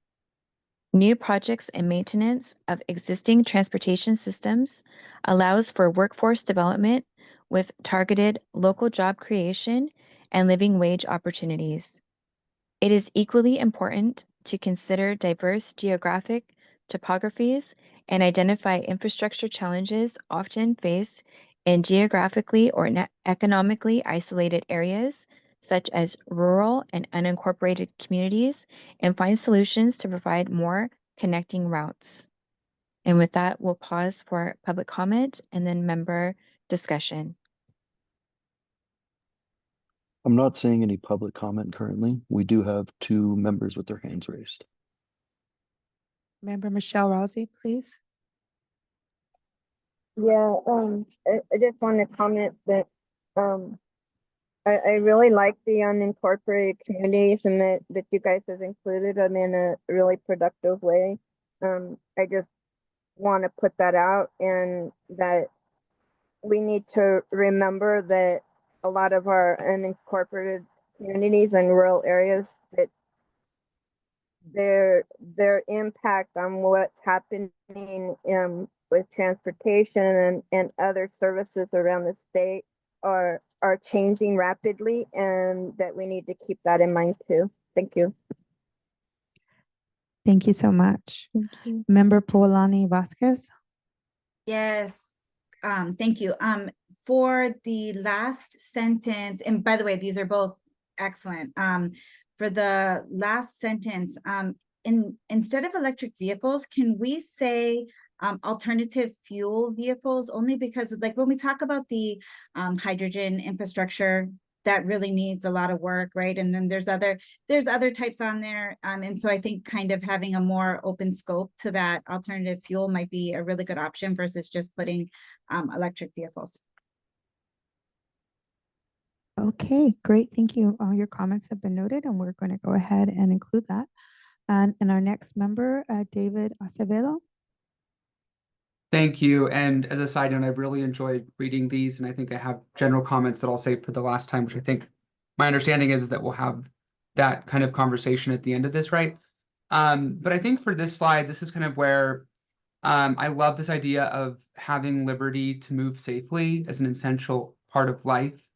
I'd like to see more discussion here, and I'm not sure, again, are we approving this like right now, or are we going to be able to edit this and whatnot? Because I think age is something that we need to be incorporating into this paragraph, potentially other places. But at AERP, you know, we write a lot and we work on policy a lot about how having liberty to move safely, that gets harder and harder as we age. And it's already hard enough for folks with disabilities that they've been living with throughout their lives. But it's just a fact of life that we lose that independence to move around as we get older, right? We're all temporarily abled. We will all have a disability of some kind in our lives. That's just the fact of the matter. And our transportation infrastructure is not built for that. Our transportation infrastructure is built for able-bodied people and for people with the means to be able to achieve total liberty, right? And so that's kind of where I would like to incorporate, and that's where, again, I haven't had a chance to really, I'm not sure if you did send this out before. I'm sorry that if I missed that, because it's been a very busy legislative session for my job, and so I haven't had the chance to kind of review it until now on the screen, which I do appreciate this time to talk about it. But I'm happy to have further conversations when appropriate. But I think we need to have a dedicated section here that talks about how California is going to have 1 in 4 adults turn 60 in just 5 short years, and how age needs to be a fundamental call out when we talk about these phrases like having liberty to move safely being an essential part of life. Thanks. Thank you, David. And I want to address your ask and your question, and this goes to all members. If you have heard Naomi Iwasaki started out with giving her comments and asking for an inclusion of said comments into the actual narrative. What we are going to do is we're asking for you to do just what you did. David, speak up and ask for those points to be acknowledged. At the end of all the readings of the draft, we are going to bring back those comments and give you an opportunity to expand, say what you'd like to say, and ask for members to go ahead and accept or vote on said. I'm going to pass it over to Sequoia. Yeah, thank you, Sequoia. Okay, and yeah, just to elaborate, this had drafts of this have been sent out since maybe May or June for member input. I think, of course, there's always time to add things, and we can talk about how to kind of facilitate that, David, so we can ensure you get your piece in, and maybe we add an addendum to the motion to, you know, include your piece. But we really are trying to wrap up this process and have it voted on today. But of course, as Chair Ms. Kelly mentioned, we'll be able to add edits kind of in real time right now. And if you're able to pull up the written materials from the book item where this is all written out, so you're not just looking at it slide by slide, that might also help, where it's written out in its entirety, and you could maybe add some feedback at the end as well if you have specific sentences that you want to add to the entire piece. And I apologize if it seems like it's moving quite quickly, but again, I just want to reiterate those materials were sent out, and that's why I encourage everyone to open up those emails. Sometimes I know we all have regular things that we do, and it has been a very busy legislative session for many of you that are out there doing the work.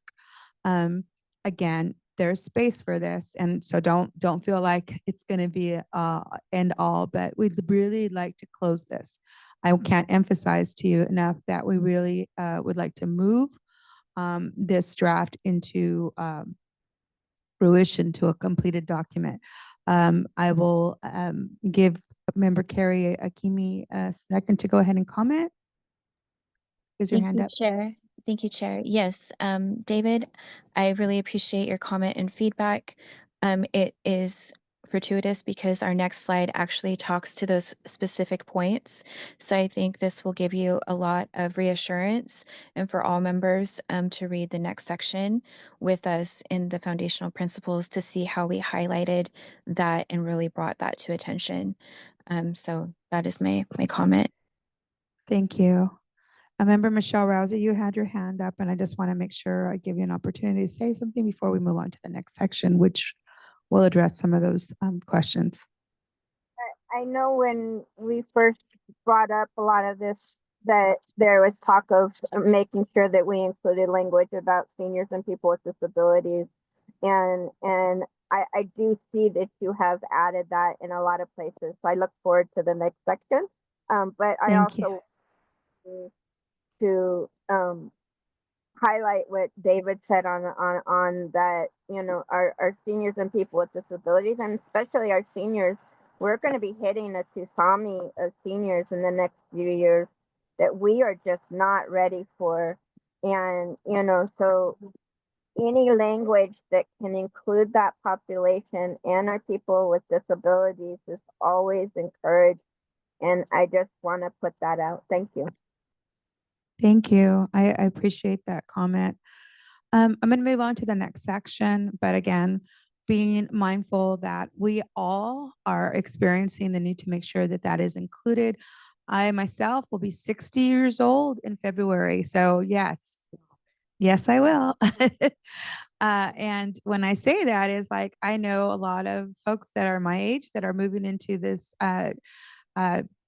time of their life, and they're still healthy, still doing things. But that goes to say that there are going to be a lot more needs and accommodations, because for anyone at any given time, like David said, it's set up for those that are able-bodied. But if you break your arm or if you hurt your leg, like our director, it can make a change in your life. And we need to be able to make concessions for everyone to have equal access. So let me go on to the next portion. Foundational principles. Affirm disability access and inclusive mobility justice. We are dedicated to incorporating the principles of mobility justice to make transportation accessible to all, provide guidance on language access and needed routes, and support the expansion of transportation services and programs to improve access.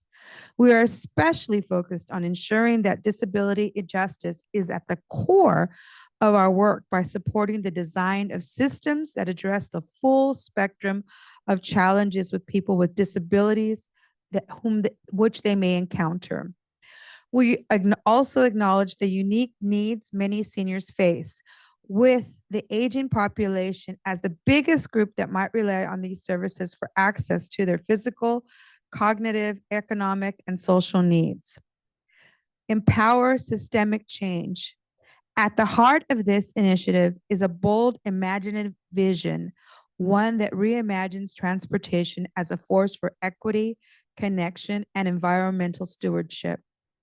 Together, through radical imagination, community collaboration, cultural responsiveness, and sustainable innovation, we can build a future where transportation systems truly serve all Californians. And now I open it up to comment. We do have one virtual attendee with their hand raised. Mike Woodman, I'd like to call on you now. Please unmute yourself to begin your comment. Thank you. There we go. Thank you, Martha. This is Mike Woodman with the Nevada County Transportation Commission. Really happy to be able to join you guys today. You know, it's great to see these foundational principles, and I think they're really well thought out, and it's great. If you could jump back to the previous slide, I just had one comment on that previous slide.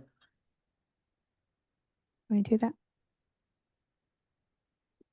Under the support economic opportunity, in that last sentence, where we talk about, you know, identify infrastructure challenges often faced in geographically or economically isolated areas.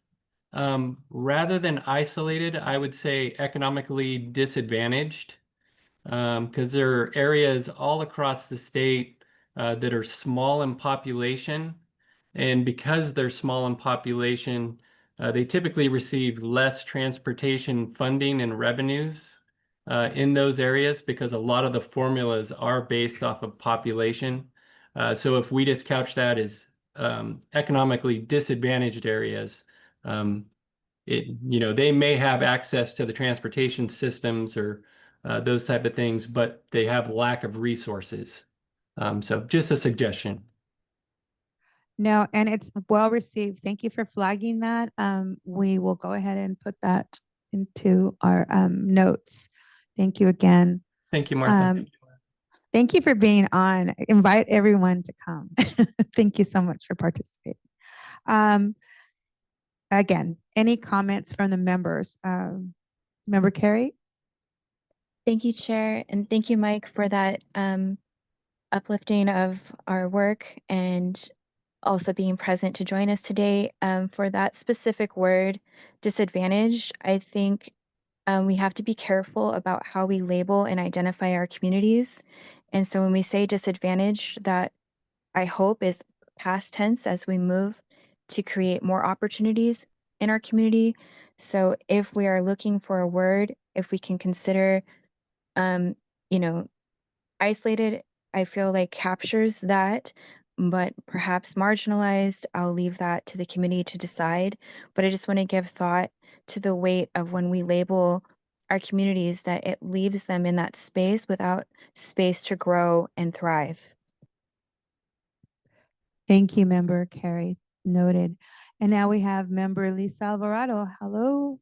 Hello, Hi, hello. everybody. Thank you so much, Member Akini. I felt the same sentiment as someone who lives in rural California. The word divested sometimes comes to me, but it does carry, it denotes, anger in tone. I got beef with marginalization too, but I do appreciate the comment on it. And under this same category in general, I don't exactly understand what we're saying by supporting economic opportunity and the first two sentences. So I do want to flag that perhaps the support economic opportunity paragraph itself be looked at if we have the space for it, because I could see myself starting, with removing that first sentence and just saying, we believe that access to transportation is a key resource that leads to economic opportunities and prosperity, and maybe the word adaptability, because I see the point of flexibility. But thank you so much for someone flagging the economically isolated area, because yeah, there's a better word that we could say for that. Thank you, Member Lisa. Anyone else? Okay. Andres, por favor. And good Hey, morning. everybody. Could we go to the following section, the one that we just covered? Going back to that one piece of the affirmed disability. Yes. Okay. The one that Can was we go just back to? discussed before this. The last foundation principle slide. Yeah, the one that's Yeah. mentioning mobility justice. Yeah. Yes, we're working on that right Okay. now. I'm Well, sorry, you like, I can't mean, one, hear I the appreciate the language of mobility justice being brought in. I think that's very important. You know, I think it's important that we define these things for folks, right? And don't leave it up for interpretation. I really liked also the section about kind of like, and I forgot how it was labeled, so hopefully you can see it, but the following paragraph, and the interconnectedness of the transportation piece. And I think that's really great. Environmental impacts and things like that are mentioned. The only piece that I did want to bring up, and this often happens, right? I think transportation is kind of often seen as siloed when it's actually very much interconnected with a bunch of different issues. Systemic change piece, that's the part I'm talking about, right? I think I really like the piece where it's talking about, transportation is a force for equity, connection, and environmental stewardship. The one piece that I would suggest that maybe we discuss or potentially could add is housing and the impact of transportation on housing affordability. I think that's a key factor that's often overlooked, right? The cost of housing is often impacted by the development infrastructure in the community. And, I think something that we should be intentionally kind of bringing up in our principles, I think would be very important. Thank you. Thank you, Andres. And yes, at the end of our presentation, we're going to go ahead and break for lunch. And then when we come back, we will be able to recap and revisit some of those comments and actually move to incorporate them. So that'll give you a little bit of a minute to just kind of get those thoughts together and really create a sentence so that we could address that. And I'm hoping that you'll be able to take that minute during your lunch break to just kind of let it ruminate and speak to you and how you'd like to frame that. Member Michelle Rousey? I do agree with the last about the housing. I think it's all connected, and the whole person and how we look at our environment and what the social needs are as far as housing, transportation, food, resources, and what we all need for being able to live in our spaces. And it's all connected. Thank you. Thank you again. I appreciate that. And for those that have addressed the body, please take that time to start putting that sentence together, what you'd like to incorporate and draft, because we will be taking lunch and we come back, we will be addressing that. Member Peggy Martinez, thank you for joining us. Hi, everyone. Sorry I was late. I've been listening to the That's okay. discussion. Thank you all, the subject matter experts, for drafting this fantastic document. We know that everything can't be there, but boy, oh boy, have you guys gotten a lot in. I really love it. Just following on Andres's comment, and I know the idea of a sentence is really good, to consider how it can be incorporated, but I'm thinking of just the term land use, because as we develop housing and infrastructure and connectivity, and how we may frame the equity piece into all of that, like sometimes people build housing with no sidewalks, and that's not good. Anyway, there's a lot to this, and maybe the word land use could be incorporated as a way to connect things. So that's my comment. Thank you. And I appreciate that, Peggy. Member Peggy Martinez. Did I hear somebody? Oh, okay. Okay. So I'm so thrilled and excited that you guys are contributing. Everything, is it said, everything in hindsight is 2020. So even after reading this to ourselves again for the 100th time, it's still oh, there's something missing. We can't, and like you said, we threw everything but the kitchen sink, and that kitchen sink could be invaluable. We need to maybe throw in the kitchen sink. So don't hold back. I think that the most important thing is that we are both not saying that this is the end all. We both are very humble in the approach that we need your input. So if you have not said anything and you just now looked at the document, and I understand email, it's hard to get everything read and really be needle proof, and just really connect. But please take that time to speak up now, okay? Because then later, after it's wrapped up and we've voted on it, it's going to move. It's going to move. We're praying for that. And now we'd like to go ahead and move on to the vision statement with Carrie. Member Carrie, as you read it for us, and again, as she reminds us, please try to just imagine where your vision is in this statement and see if it aligns with your thinking as well. Thank you. Thank you, Chair. And with that, our vision statement draft Our vision is a California where transportation systems serve all people equitably, reflect the rich diversity of our communities, empower economic opportunity, and foster safety, mobility justice, disability access, and sustainability for generations to come. We envision an affordable, reliable, connected, efficient, accessible, innovative network that responds to the rapidly changing needs of underserved populations, including our seniors, people with disabilities, and communities historically harmed by systemic inequities. Rooted in the understanding of our interconnected relationship with the land, we are committed to supporting the reduction of environmental harm, integration of renewable energy, and the advancement of ecological and environmental justice throughout our transportation system, including the protection of wildlife corridors and natural resources.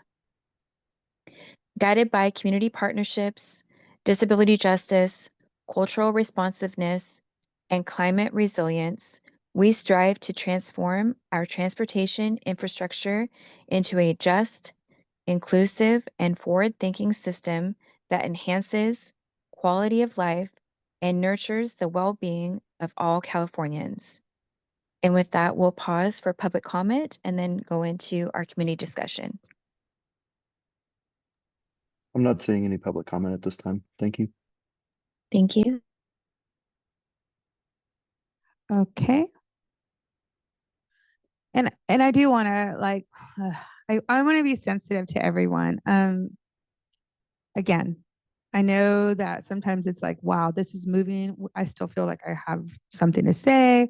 And if we don't meet a resolute today, we can move this also to October. So, I mean, we still have a little bit of time, but we want to wrap it up. Okay. So, if you feel that you're like feeling rushed or that you're not getting to speak in the way that you would like to, don't be discouraged. We have room to include what you'd like to say. And this is why sometimes you just have to move the slate and then say, okay, anybody hungry? And then we're all hungry. So we all sit down and that's okay. But we're still going to aim for today. But if there's a possibility, then, you know, I'm not stapled to this notion. We can move it out and field it out, but it should be something we can wrap up. Member Andres. Thank you.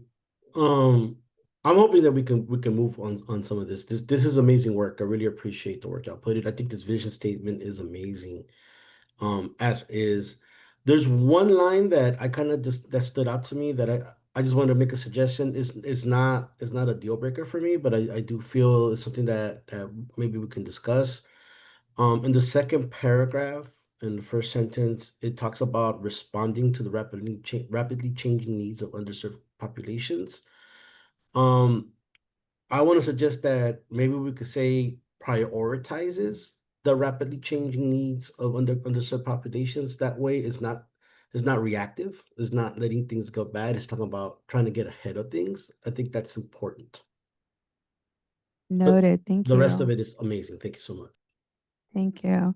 And even myself, you know, I struggle with the idea of right to fix. I don't see that. And I was like, that was one of the things that I wanted to make sure that was included was a right to fix. For all of us, you know, sometimes you don't have the money to buy a Tesla. You don't have the opportunity to be in the purview of technology. So how do we make sure that we have our intentions gathered and circumventing the idea that everyone should be able to have mobility justice, you know, and that's kind of where I struggle too with this. Even as I read it, I'm still like, what about that? But I can't, you know, I'm praying for all of you to speak up because Carrie and I are kind of like hearing ourselves over and over. And we are really leaning into you all to put in your suggestions. And if it's not something, yeah. And member Acevedo, I see you. I just want to give you the floor. Go ahead.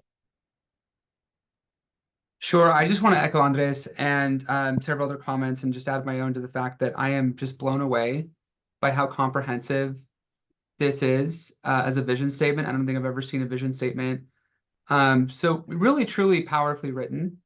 So many vision statements out there are just kind of the ones that you know, I don't know if you all remember the kind of corny corporate kind of believe kind of posters that you see up on the office, but that's how a lot of vision statements seem to be these days, where it's all just been kind of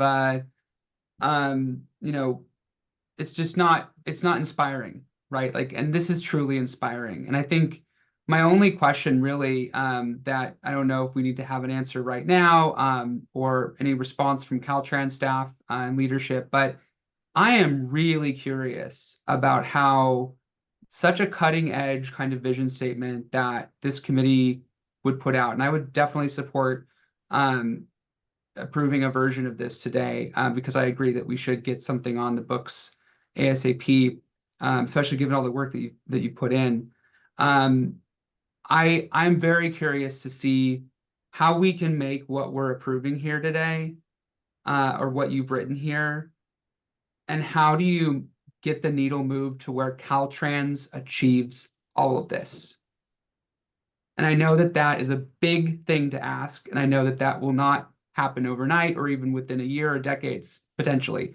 But that's where I see the opportunity with this vision statement and with this EAC is that what we put down today could get us closer to some of the ideals espoused in this statement. So I'm curious to hear what our subject matters experts have to kind of say about that. And then I'm curious to hear what Caltrans staff think about this. And is this something that they think Caltrans can move forward on? Thank you, Member David. I'm going to go ahead and open up the floor to some of our staff that's here as well, but I do want to give an opportunity to Member Carey to just give her quick response to what you just stated. Thank you so much, Chair, and thank you, David. Yes, you are echoing a lot of what we've had discussions about behind the scenes, and this was a critical point for me to not just have these words live on a page without action. And so this was something that I brought forward to staff and asking, how do we look for current projects and future projects to show the work that is being done? This is also why we're asking for visual statements. And so this document, when it's complete, there are going to be hyperlinks with definitions, and there are going to be projects that we relate to because we do want it to be actionable and be a living, breathing document where this can be taken into account for all of the agencies that we represent. Thank you. And I want to echo on that as well. Just that when you write a sentence and you say, this is your vision and this is your mission statement, usually it's 2 sentences. And David, like you said, wow, you know, and let me tell you, it has been a tug of war, but not in the sense that not wanting it to come to fruition, but more like, how do we take such complexities and put it into 2 sentences? You can't, you know? So we had to reframe, rethink, you know, expand, condense. No, this is too much. This is not enough, you know? And in the tug of war of our inner selves, in our thinking, in our projections, sometimes even our delivery, we frustrated staff. I'm going to tell you, we really frustrated staff because they're trying to help, but we're still trying not to be able to get our thoughts out. How do we convey this, you know? And they were supportive, you know, and the way things get done, I think, is the fact that we're willing to do them. That's how this got done, to answer your question. It got done because we were willing to be vulnerable on all fronts, you know.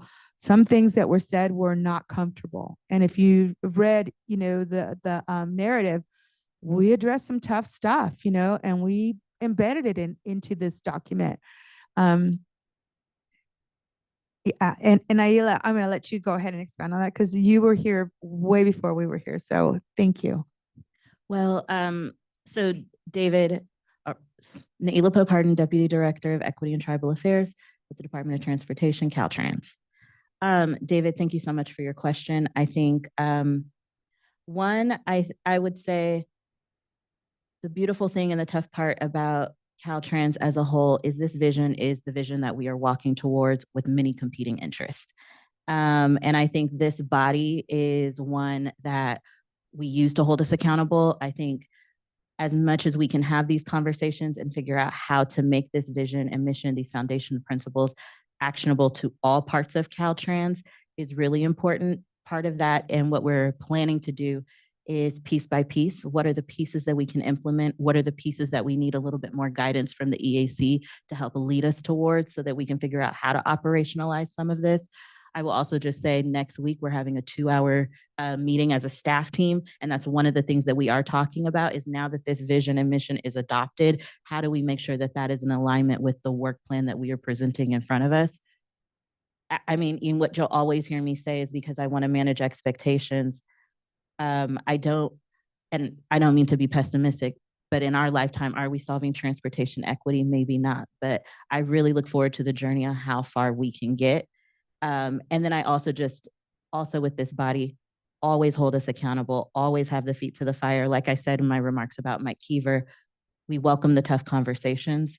We are building roads and systems that are going to far pass us. And we need to make sure that we're being as thoughtful and articulate and methodical about where we're placing our transportation system, how it is operating, and who it's serving. So like, maybe we can figure out a way to more operationalize the vision and mission in this meeting. I understand that oftentimes vision and missions are beautiful words, a lot is invested, and then they don't really get brought up again. And so if you all feel that that is the case, please call that out, name that so that we can course correct. Thank you. Any other staff that would like to make comment? And I welcome Camille and Sasha and Carolyn. I mean, you guys are all, I don't think you guys understand that, you know, Carrie and I are in the meetings, but it would not happen if it wasn't for the staff because they kind of like have guided us, pulled us back, brought us back in, and blood, sweat, and tears back here. So I just want to recognize that. Oh, boy. Yes, thank you. So again, this is Pua. One, I want to say, you know, I think David hit it right on the head with using the word inspirational. You guys may not know, but I chair a lot of groups. I co-chair a lot of groups, and you know, in that process, write a lot of vision and mission statements, and very much for that, you know, 2-sentence brevity. And a lot of times we do not capture the depth and the breadth of the work that we're doing. And a mission and vision statement is so important because it really guides you and anchors you in the work that you're doing. And that's really, I mean, I'm so impressed by the work that you guys have done because that's what this is. And you know, I am constantly challenged by the transportation inefficiencies that we have on a local level. And I'm hopeful with these statements that on a more state level, we can drive it down to our local municipalities to really incorporate that, to get that safe systems approach, to get that complete streets. Because what is good for an 80-year-old is good for an 8-year-old, right? And so really that ability, that justice, like all of those things that we all talk about and we all believe in, like you guys incorporated it all. It's so impressive. And it really is, like David said, inspirational. So I really, I don't know a better word, but to say like kudos, even though that's a kind of silly word, but yeah, you guys did amazing work. Thank you. Thank you. Let me go ahead and move on to the next tab, which is part of the the mission statement. The mission of the Equity Advisory Committee is to support interagency efforts to create an equitable, sustainable, and inclusive transportation system that ensures safe access for all and reflects the needs, cultures, and voices of all communities. We are committed to transforming mobility through innovation, more reliable resources, community-led recommendations, accessible practices, and ecological and environmental justice. By elevating lived experiences and honoring every person's right to move safely with respect, love, and dignity, we aim to reduce systemic harm and to offer impactful solutions that will guide responsive change in California's transportation system to sustain Californians for the future. Comments? In-house online members. I'm not seeing anyone online with their hand raised. Thank you. Anyone else? Okay. I'll give you a few more minutes just to kind of think. I just want to say I love this. This is great. Thank you, Andres. Even that, I welcome all comments. Even that. Gracias. Thank you. All our members. Randy, you've been quiet. Naomi, Florence. If there's something that resonates, this is the time. No, that this is Naomi. I think this is great also, and I have no further comments on the mission statement. Thank you. Thank you. Thank you so much. All right. So I'm going to, oh, excuse me, was someone speaking? Oh, sorry about that. Yeah, this is Randy. Thank you. Hey, This is Randy. incredible. Appreciate your leadership on this. Thank you. All right. Well, we are going to go ahead and take our 30-minute lunch before we vote and before we go back into really recapping those points that were directed to all members.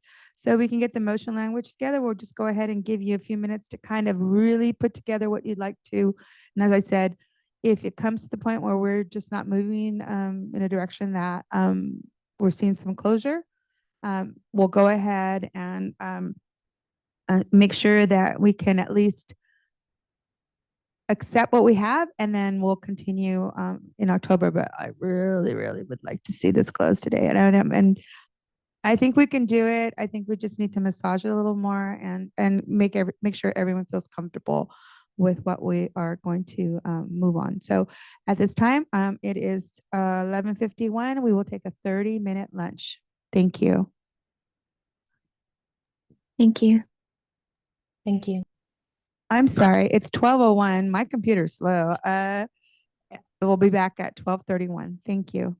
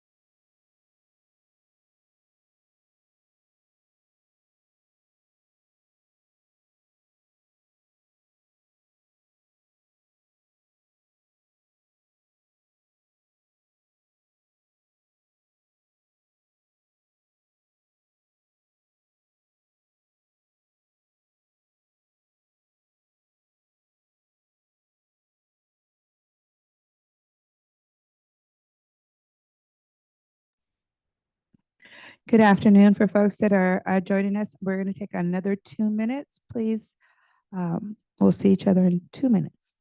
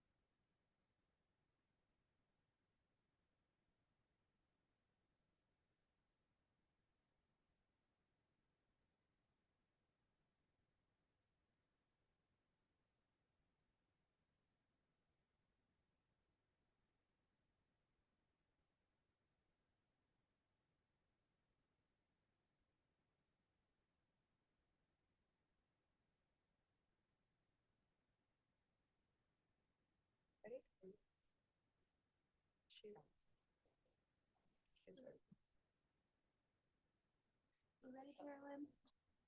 I'm gonna read the notes that are shared. Yeah, I'll give you. She's good?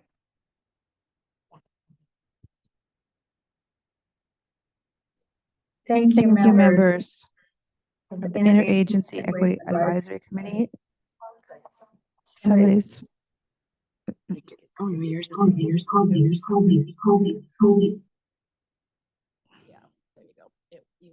Well, thank you. Thank you, members. We're now returning to our meeting. Meeting is now in session. And we are going to go to the discussion and possible action. And I just want to let you know that our staff has been dutifully working behind the scenes. And so now many of your comments have been drafted into some language that we're hoping that will suffice and meet the needs of that inclusion and any decision towards that inclusion. So we're going to go ahead and make moves on real-time changes. So I will give the microphone over to Sequoia, and Sequoia is going to guide us and talk about those inclusions, and we'll be able to make some motions and hopefully adopt the statement as we discuss further in this area of our vision and mission statement. Thank you. Sequoia. Thank you, Chair Amos Kelly. Okay, so I'll start off with summarizing the feedback that we received prior to our lunch break on the draft mission, vision, and foundational principles of transportation equity that was shared in our meeting materials for this meeting. Thanks everyone for the robust discussion and ideas.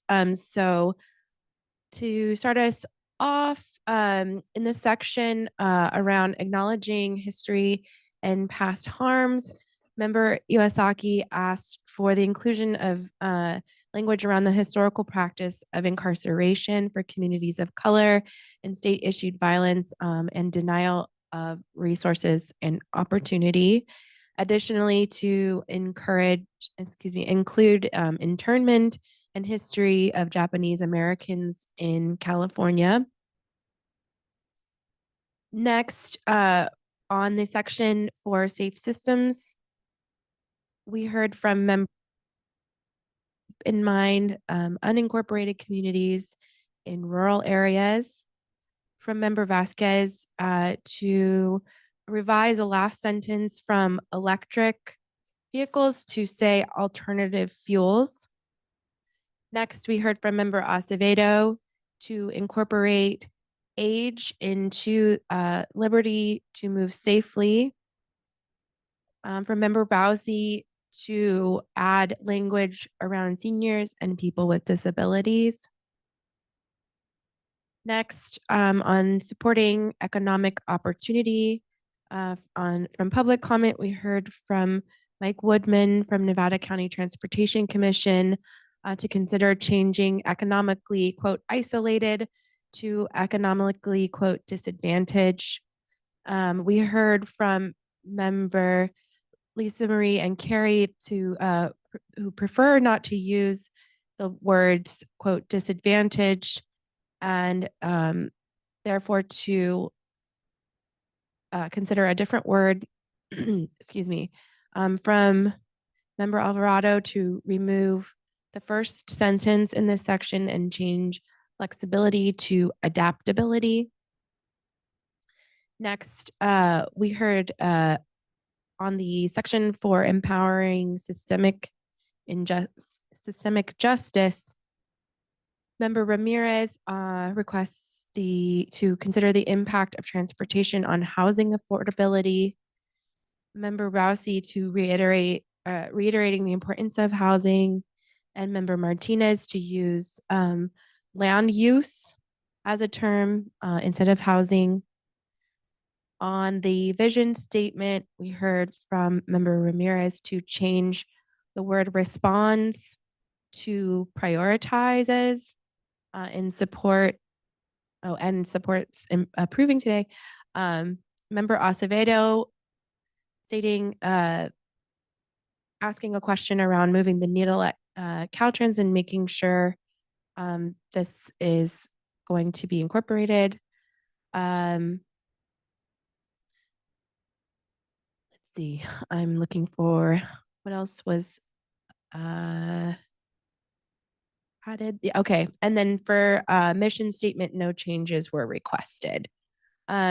So before we move to we're gonna share the PowerPoint with track changes and read and discuss those changes in real time. I want to just make sure that we captured everyone's requested changes. And if we're okay to move on. Okay, hearing nothing. Thank you. So I'll pass it over to Carolyn Abrams to go through the updated version with her PowerPoint. Thank you, Sequoia. I'm going to pull up the edited version of the statements. So give me just a second to share my screen.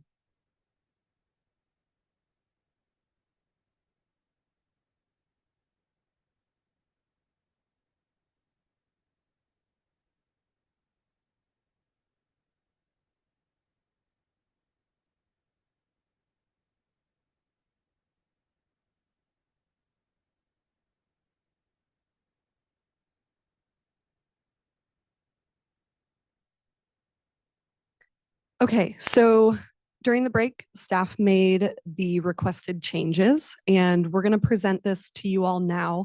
What I'm sharing on the screen is the statement that was written with track changes showing in red. So I will highlight those changes and read these portions of the statement again, and then we can open it up for feedback and discussion to see if these changes are responding adequately to the requests from the members.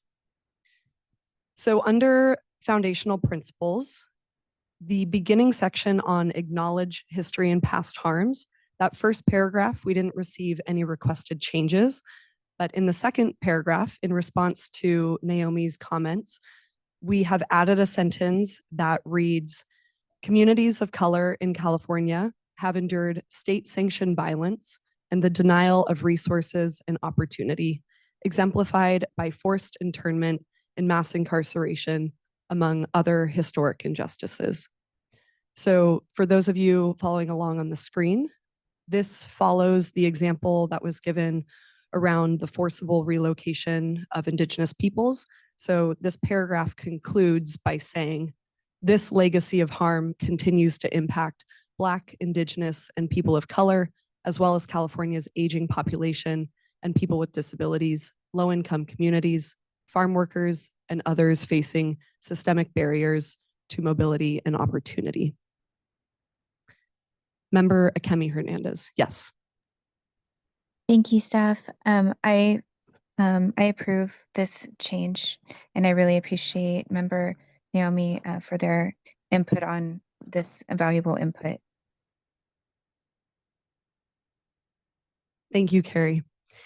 And as I go through these changes, if folks want to take note of anything else that they would like us to make sure is captured, once I'm done reading through the change, just as Carrie has done, feel free to raise your hand and chime in.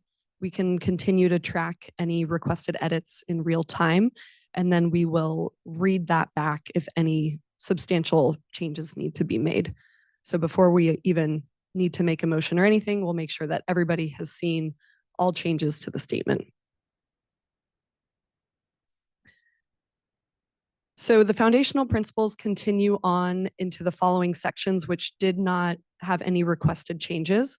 We have the section on emphasize partnership and collaboration.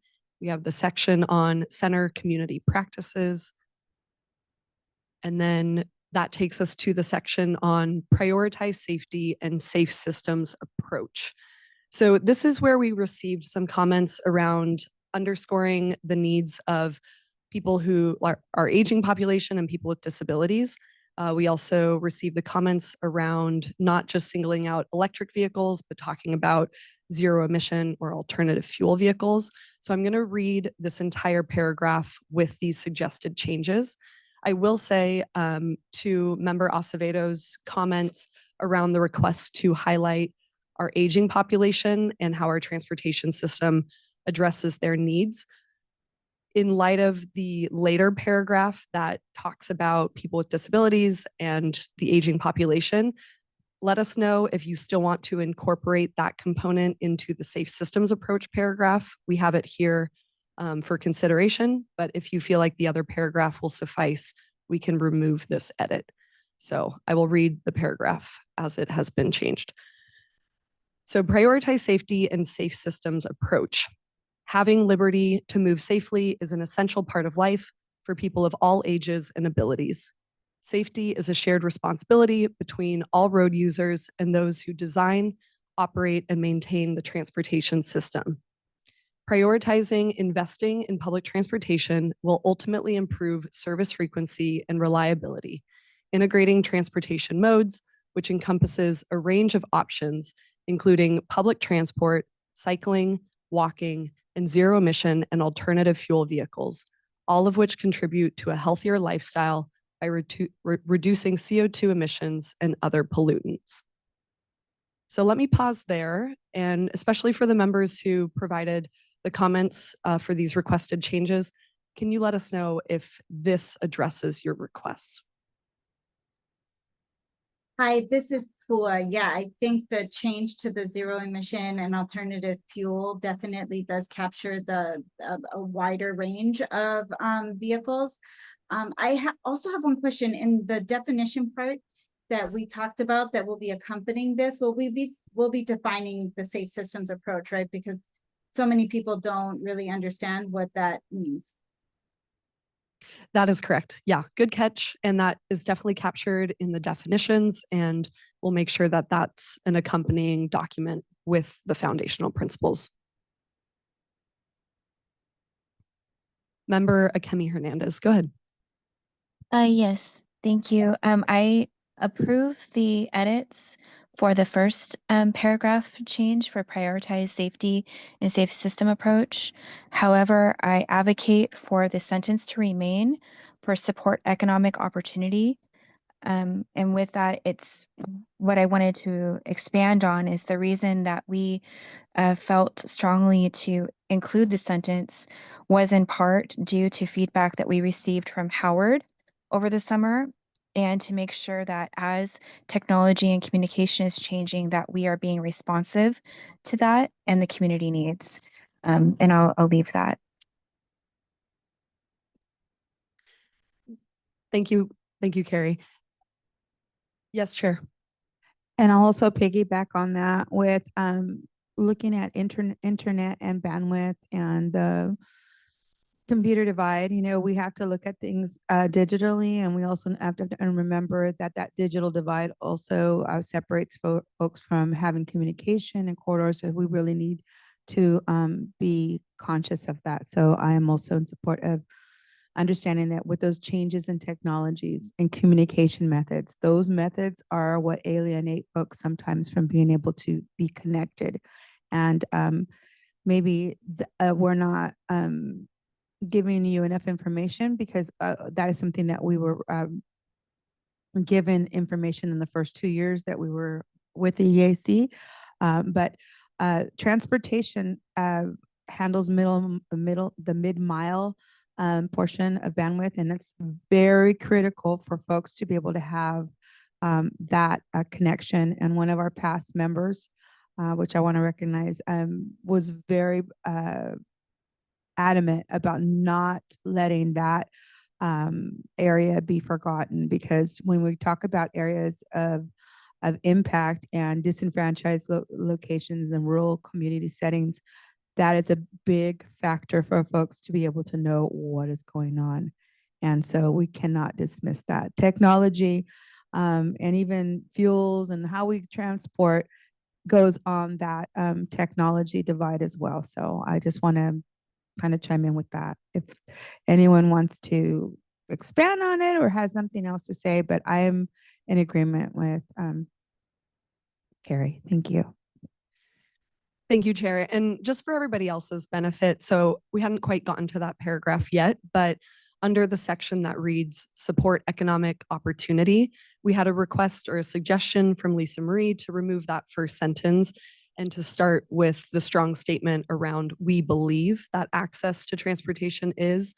So what we're now discussing is whether or not to keep that sentence in. So the sentence reads, with rapidly changing technology and communication methods, we will need flexibility to adapt and respond to community needs as they evolve over time. So the chair and member Akemi Hernandez are suggesting that we keep that in. This came at the request of Howard, I believe you mentioned, Carrie. So this is now up for discussion. We can put that sentence back in, or, and Member Acevedo, I see your hand. Go ahead. Yes, I just want to say, really appreciate the inclusion there. I know that we do have a whole other section that specifically discusses many of the pieces that I was talking about in my initial comments for this slide. But I always love to make sure that this kind of language is sprinkled in and rooted in as many parts as possible. So if folks are comfortable with those 1, 2, 3, 4, 5, 6, 7 extra words, I think I would appreciate including that here as well. Thank you, Member Acevedo. So David's referring back to the inclusion or the addition that we added in that first sentence, that having liberty to move safely is an essential part of life for people of all ages and abilities.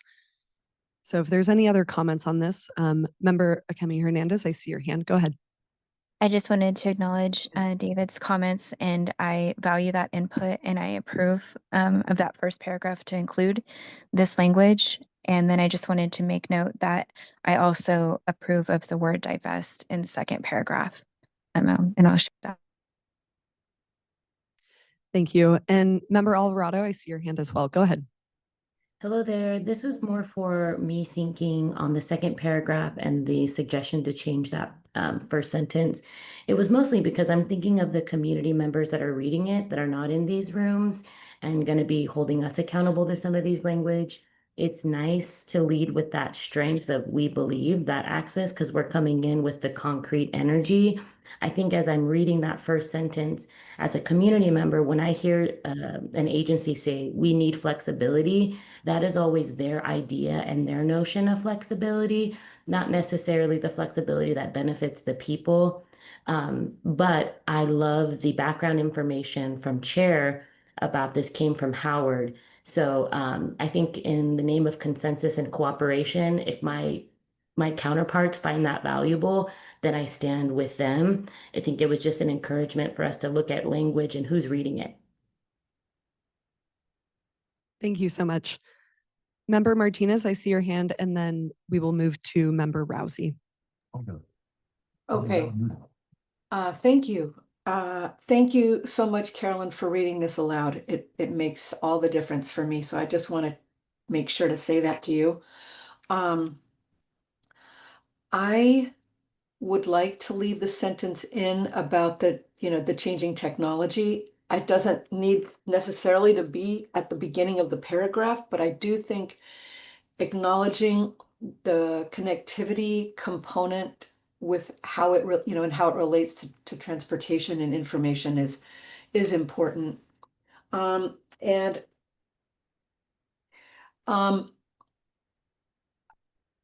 would think, golly, that if there's a way to sort of highlight the idea of staying current with, because we're saying that sentence refers to adapting and I can't read it, and I'm just doing it from memory, so I could be totally wrong, but if there's a way to add something that connotes proactivity in that sentence about technology and how it relates to transportation, I think that would be good.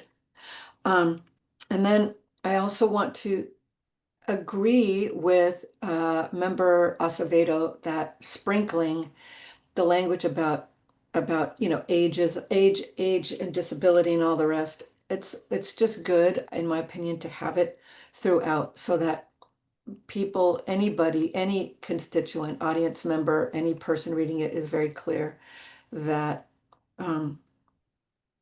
that all these communities are important. That's it. Thank you so much. Thank you so much, Member Martinez. I'll move to Member Rousey, and then we'll move to Vice Chair Gonzalez. Yeah, hi. I agree with what Peggy just said, and I think moving that first paragraph possibly down like you just did, will be useful. I don't think losing it altogether, it would lose some of the impact that we're wanting to give with that sentence. And I'm glad that that you guys gave the back history of some of the wording that we were trying to put into this starting when this started last year, and that we remember why we wanted certain wording in this, and so leaving that be and adapting it into the paragraph would be good. Thank you. Thank you, Member Rousey. Vice Chair? Yeah, thank you. I was just gonna recommend the same thing to move the sentences around, so thank you. But really quick, I wanted to go back to the paragraph prior about the alternative fuels. It's just really like tugging at my heart as the EJ person I am. When it comes to like hydrogen and other alternative fuels, I know we're making a big movement to stay away from fossil fuels entirely, and hydrogen still unfortunately has fossil fuels in it, and then the ones that don't, they're a very extractive fuel alternative. You know, they extract a lot of water and energy from communities, and unfortunately they target communities of color and the EJ communities that are already impacted by pollution. And so I'm struggling with even keeping the zero emission and alternative fuel vehicle part there, because we should be promoting more transit opportunities and cycling and walkable communities. So I get why it's there, but then it almost sounds contradicting when we say all of which contribute to a healthier lifestyle. I don't think alternative fuels does that. So I don't know if we can either remove that entirely. Because I get it, like we do have to coexist with alternative fuels, but then it's contradicting when we say that they contribute to a healthier lifestyle, because they don't. They still pollute. Yeah. Absolutely. Yeah, that's a fair point, Vice Chair. Thank you. Okay, Chair, go ahead, and then I'll move to the folks that have their hands up. And just for reference to point, I was totally blank, but Connie Stewart was the member that was very active in having internet, access available. So I want to make sure I elevate Connie Stewart, member Connie Stewart. And again, sometimes it's very easy for me to be able to relate to certain material or information that I already have I've had in my purview.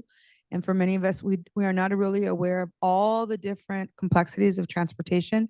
So at any time you feel like you're not quite understanding how something is connected, or you want to learn more about, bandwidth and mid mile, we can come back and give you a little bit more information on that as well. So thank you. Thank you, Chair. Member Vasquez, I see your hand, and then I'll move to Member Ramirez and then Member Akemi Hernandez. Thank you.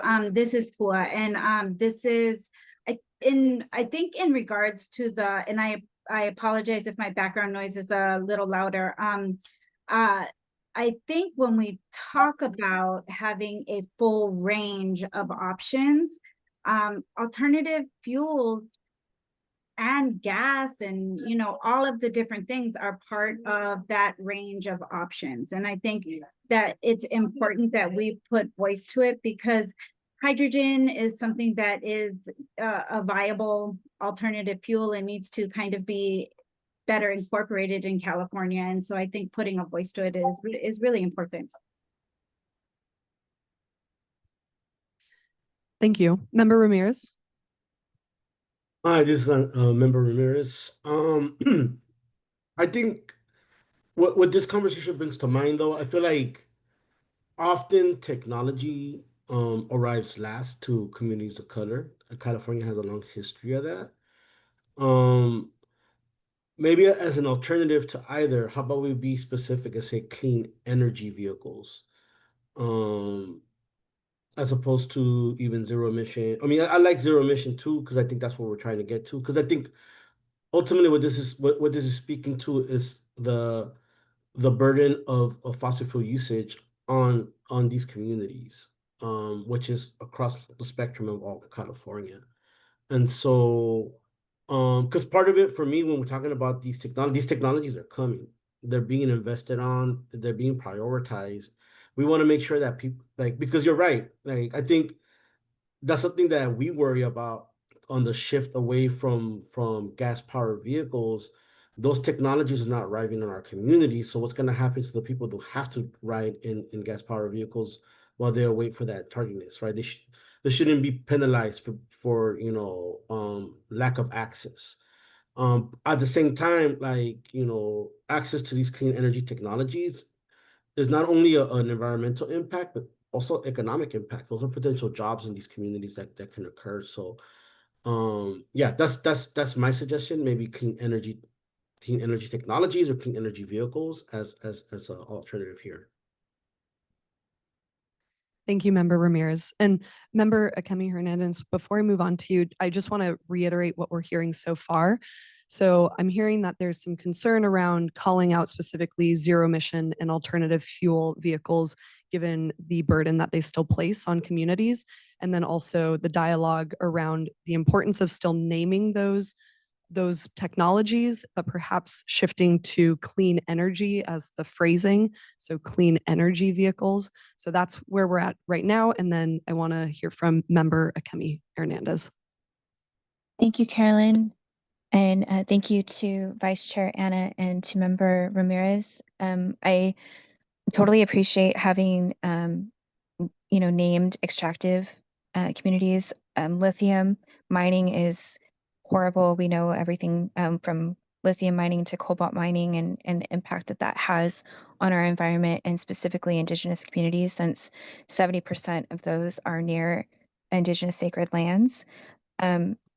I feel like when we wrote this sentence, we're naming present opportunities and options that people may have access or where it is moving towards in transportation. But to Member Ramirez's point about clean energy, that does maybe soften the edges a little bit, but I'm concerned that that may also come across as greenwashing. So this is literally what Member Martha and I struggled with, and working it back and forth with staff, is the language is so important. Every word carries weight, and there are people that it represents in the communities that reflects. And so it is important to have conscious and intentional effort towards how we're going to articulate that. Thank you so much for that input. I also have a comment from Vice Chair that we remove the phrasing alternative fuel vehicles, but keep the phrasing zero emission vehicles. So that's also up for consideration as well.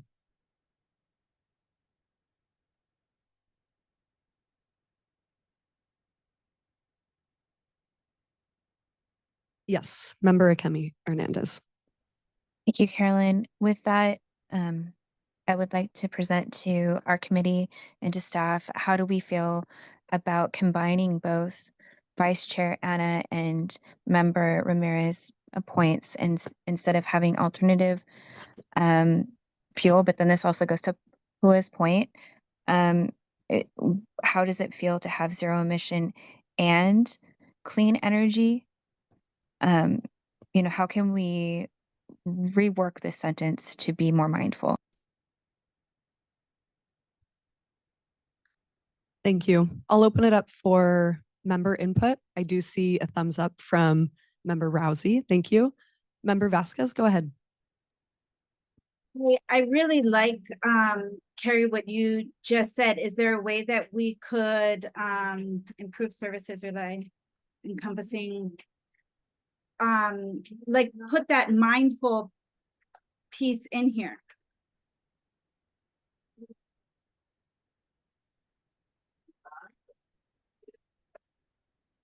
Like where it says integrating or encompassing, encompassing, like mindfully encompassing. I don't know if that works, but something along those lines, because I definitely understand what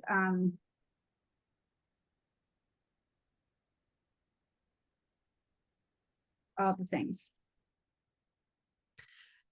Member Vasquez, you cut out briefly, but what I heard from you was that maybe we can include some phrasing around perhaps the mindful or responsible use of either zero emission or clean energy vehicles and having that language in there to ensure that we drive home that point.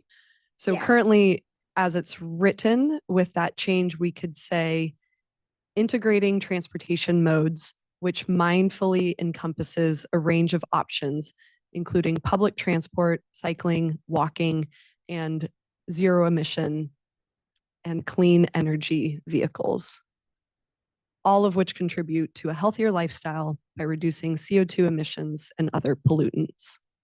And Member Akemi Hernandez, I see your hand. Go ahead. I appreciate what you just threw out there. And the only question that I have to the committee is whether we want to name trying to reduce our extractive impact, somehow putting that in there.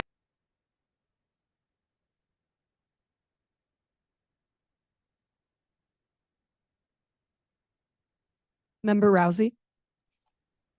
With the last comment, would we be adding like something about like trying to reduce our footprint on in environmental impact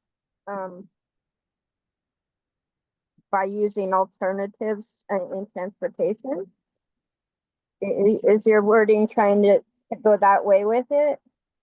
Yes.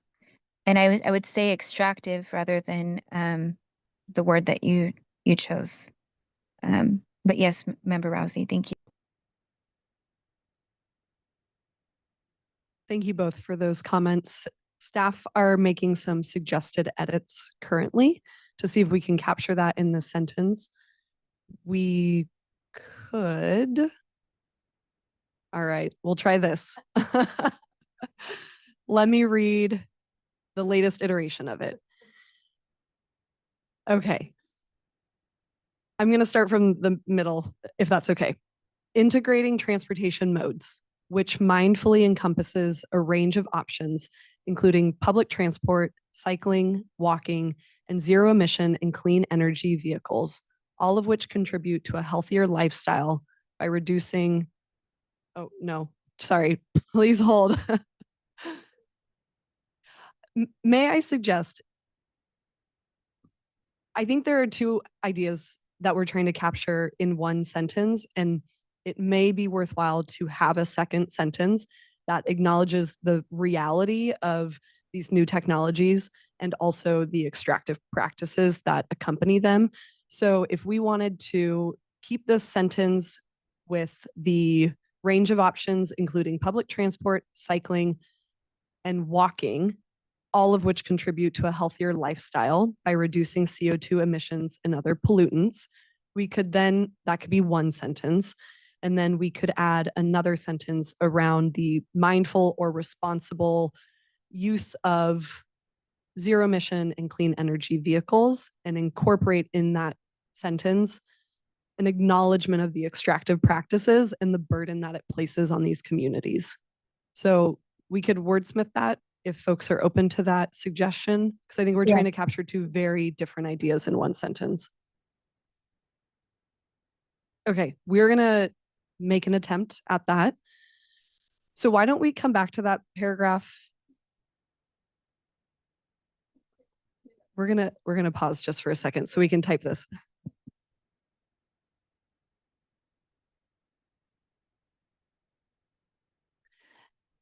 Member Martinez, I see your hand. Go ahead. Ooh, can you hear me?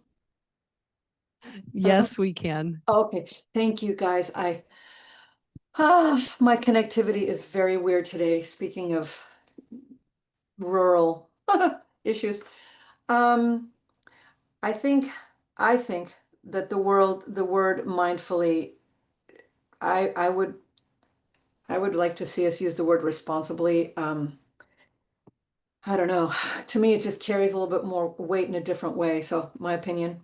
And then I also think that it'd be good to acknowledge, so there's biking and there's walking and there's ways to get around. I do think that just saying the word rolling is good because a lot of wheelchair users do like to get around in wheelchairs and might think that it's healthy to do it. And I just think it'd be nice to throw it in there. My opinion. Absolutely. Again. Thank you so much. Thank you, Member Martinez. We heard your point and we've made this edit that rather than saying mindfully, we say responsibly. We're hearing that that carries more weight. And then also we've added to the list, so including public transport, cycling, walking, and rolling, all of which contribute to a healthier lifestyle. So we've captured that edit as well. Member Huerta, go ahead. Hello, Gloria Huerta. I would also include something along the lines of bike sharing and car sharing, because there are other types of shared mobility options that I think should be included. Thank you so much, Member Huerta. Would you want that included in this list of options? So, and perhaps it's shared mobility as a catch-all, or would you want us to also mention, you mentioned shared vehicles and other like shared mobility options? Yeah. Yeah, I think in that particular section, it might be good. Just because there are certain areas that haven't had access to these types of resources. And they're able to use this even if they don't own a vehicle or a bike. They're able to use this as a service to get their needs met. Okay, perfect. Thank you. So we're making that change right now. And then I think we still need to wordsmith this addition of a second sentence around the zero emission vehicles. So give us a second on that. And perhaps in the meantime, okay. If I may, well, I think we have to workshop it a little bit. I don't have it right off the top of my head. Let me move us to the other edits, and then I'm going to suggest that we take like a 5-minute break so that staff can make sure we are accurately reflecting all of these changes in this paragraph. This one seems to have the most significant changes, but in the meantime, let me move us through the rest of the changes, and then I think we can break. And I want to say thank you for jumping on. If you haven't spoken today, I really, really encourage you to speak up. I know that we all have an opinion and we have a contribution, and the value and the beauty that you bring with your comments are very, very much appreciated. I know that like Carrie and myself, we put some time into this, but there is definitely room for those final tweaks. And I really hope that you can take this time. And I think there's a couple of you that have not said too much, and I would love to hear what you're thinking and feeling. Thank you. Okay, so I want to take us back to the next paragraph about supporting economic opportunity. We heard some comments earlier around not only adapting and responding to community needs, but also being proactive with this rapidly changing technology. So we've made an edit to this sentence, and in hearing multiple members' comments around keeping the sentence in, we have moved it from the first sentence of the paragraph to the second sentence of the paragraph. And this way, this paragraph starts with that really strong language around we believe. So I'm going to read this paragraph now reflecting all of the changes that have been made. Support economic opportunity. We believe that access to transportation is a key resource that leads to economic opportunities and prosperity. With rapidly changing technology and communication methods, we will need flexibility to be proactive, adaptive, and responsive to community needs as they evolve over time. New projects and maintenance of existing transportation systems allow for workforce development with targeted local job creation and living wage opportunities. It is equally important to consider diverse geographic topographies and identify infrastructure challenges often faced in geographically or economically disinvested areas, such as rural and unincorporated communities, and find solutions to provide more connecting routes. And so you'll notice that we also changed geographically or economically isolated areas to geographically or economically disinvested areas. And this was in response to some of the discussion around the use of underserved or marginalized and the preference of not using those terms. So Mike Woodman, I see your hand, and I think this part was a comment that you provided. So the floor is yours.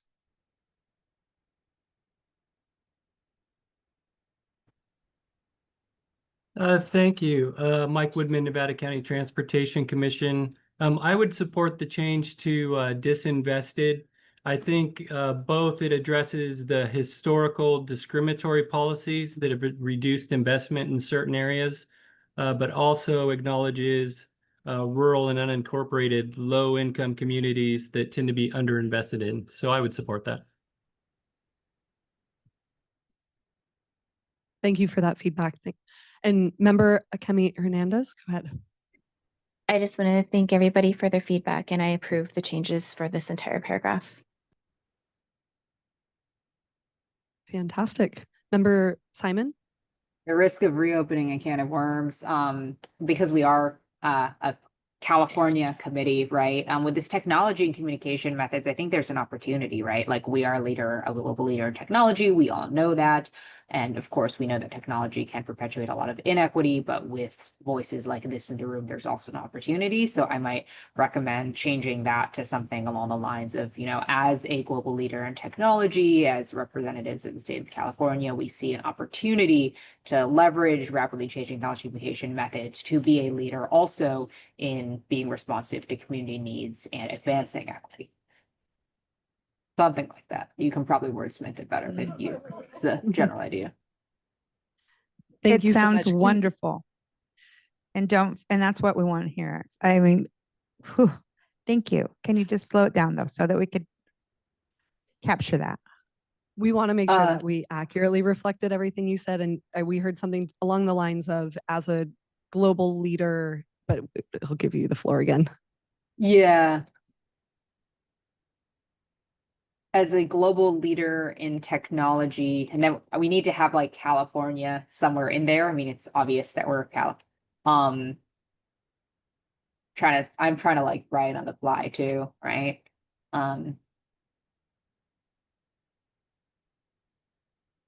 As a global leader in technology, yeah, the state of California, yeah, that's good. As a global leader in technology has the opportunity to lead in using innovative technology communication methods to be proactive, adaptive, and responsive to community needs and to advancing equity.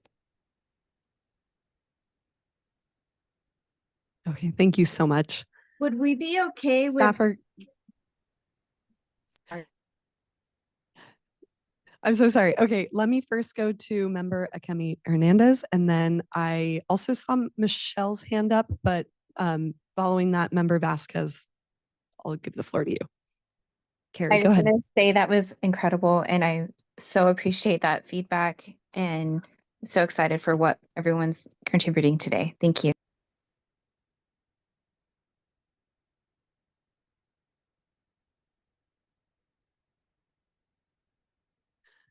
Okay, thank you. Member Vasquez, go ahead.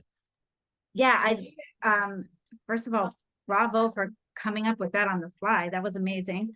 Where it says opportunity, can we say, what do you guys think about responsibility, right? Because I think as a global leader, it's kind of like our responsibility to do it in a mindful and respectful way. I love that. Yes, absolutely. Fantastic. Thank you.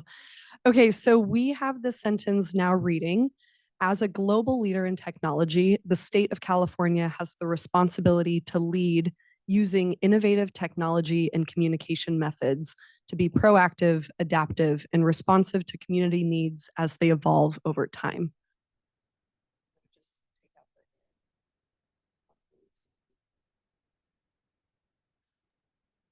I love it. Okay, Member Torres Van Vleck, I see your hand, and then Member Rousey. Yeah, I just want to second that. That looks great. I appreciate everyone's leadership on this, and yeah, I love the the edits. Looks strong. Thank you. Yay, this is great. Okay, Member Rousey, go ahead. Woohoo! Yeah, I agree with everybody else. I think this is a good way to go. And we are a leader in this technology and everything else. So those are great words to be using in keeping the needs of our communities active and evolving. So thank you. Wonderful, and we really appreciate everyone's input. I'm liking the enthusiasm here. Okay, it sounds like this paragraph is shaping up.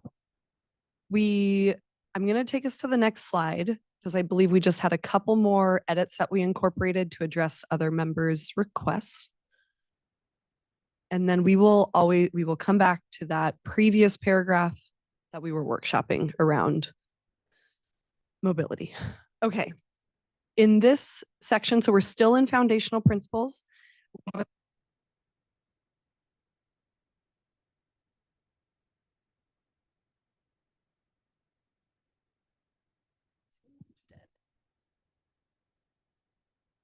Okay, can you all hear me? Yes. Okay, so we have a paragraph on affirm disability access and inclusive mobility justice. There were no requested changes to this section. And this is then followed by the last paragraph in the foundational principles, which is titled Empower Systemic Change. This is where we heard some comments around really wanting to name affordable housing and more inclusive land use. So we've provided some suggested language here. I will read the full paragraph and then I'll open it up for feedback. Empower systemic change. At the heart of this initiative is a bold, imaginative vision, one that reimagines transportation as a force for equity, connection, environmental stewardship, affordable housing, and an inclusive built environment. Together, through radical imagination, community collaboration, cultural responsiveness, and sustainable innovation, we can build a future where transportation systems truly serve all Californians. So I'll pause there and open it up for member feedback.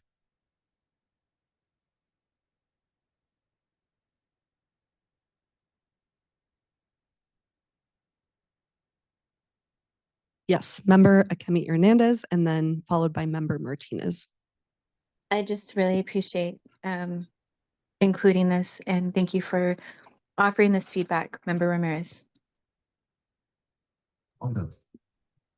Member Martinez. I think this is very strong and I really like it. Thank you. Fantastic. All right, we're happy to hear the positive comments. Any other thoughts or feedback on this paragraph?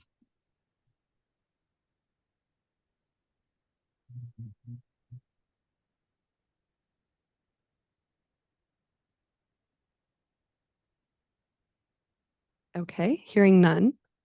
I'm going to take us to the vision statement. There was only one requested change in this statement, and that was the language around responding to versus prioritizing. So it's the second paragraph, and it now reads, we envision an affordable, reliable, connected, efficient, accessible, innovative network that prioritizes the rapidly changing needs of underserved populations, including our seniors, people with disabilities, and communities historically harmed by systemic inequities. Thoughts or additional comments on the vision statement?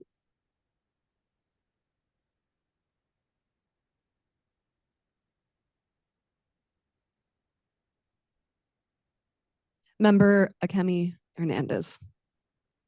Thank you, Carolyn. I remember that we originally had the word prioritize, and then there was feedback from staff around response as being an alternative.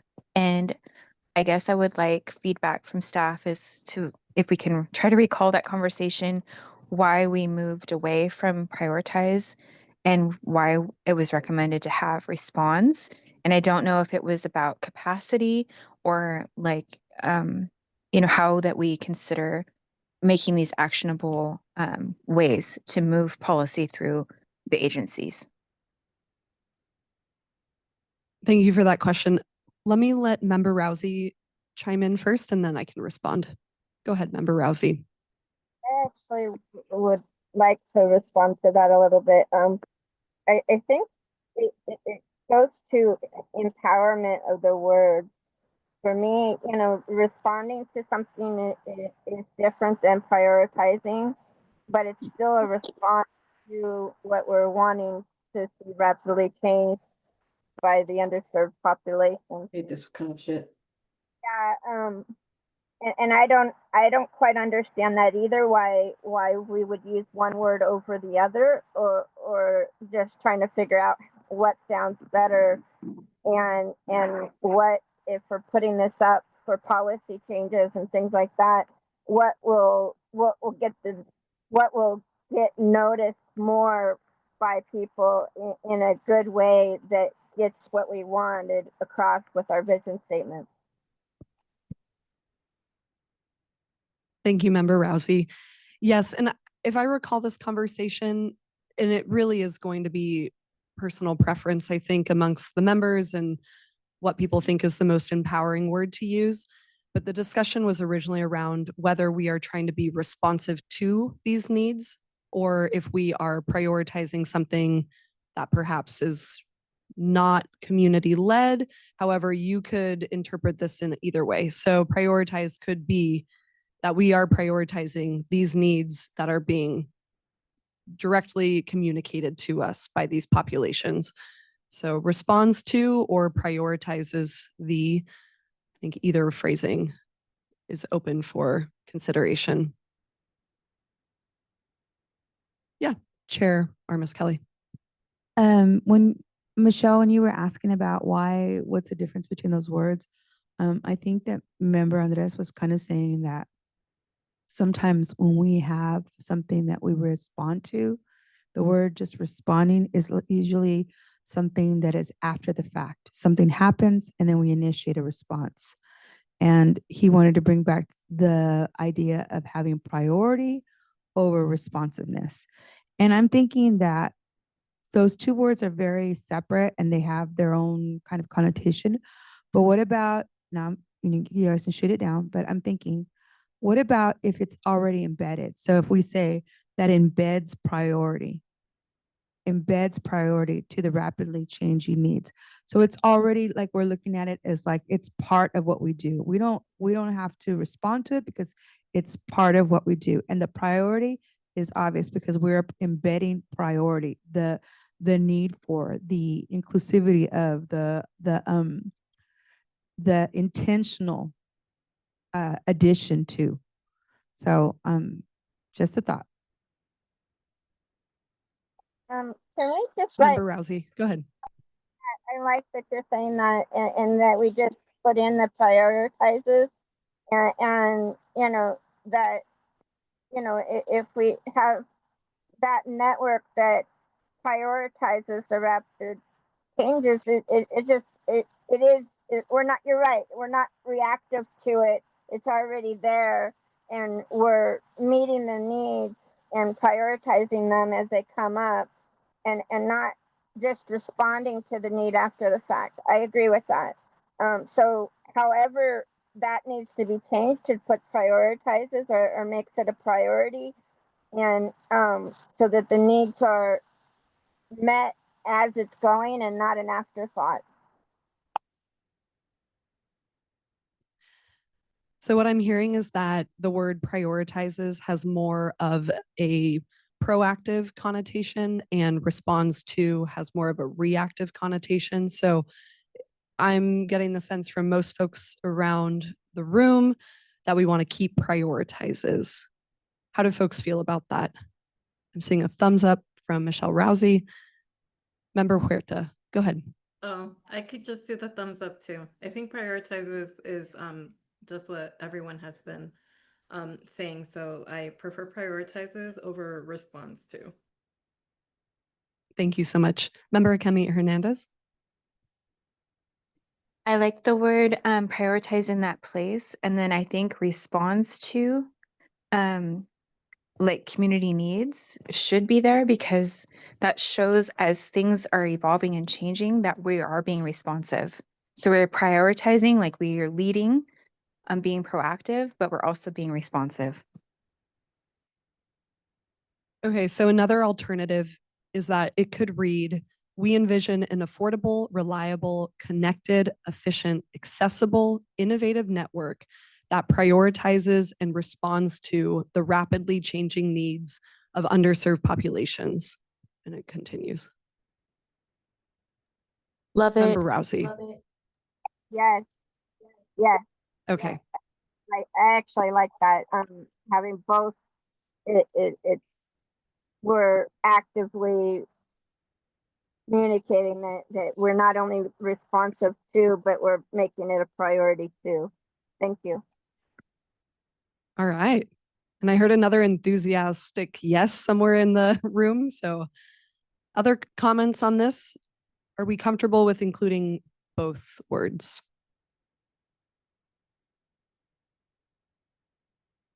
Okay. All right. And then there were no requested changes on the mission statement. So as it stands, the mission statement is still before the committee as written.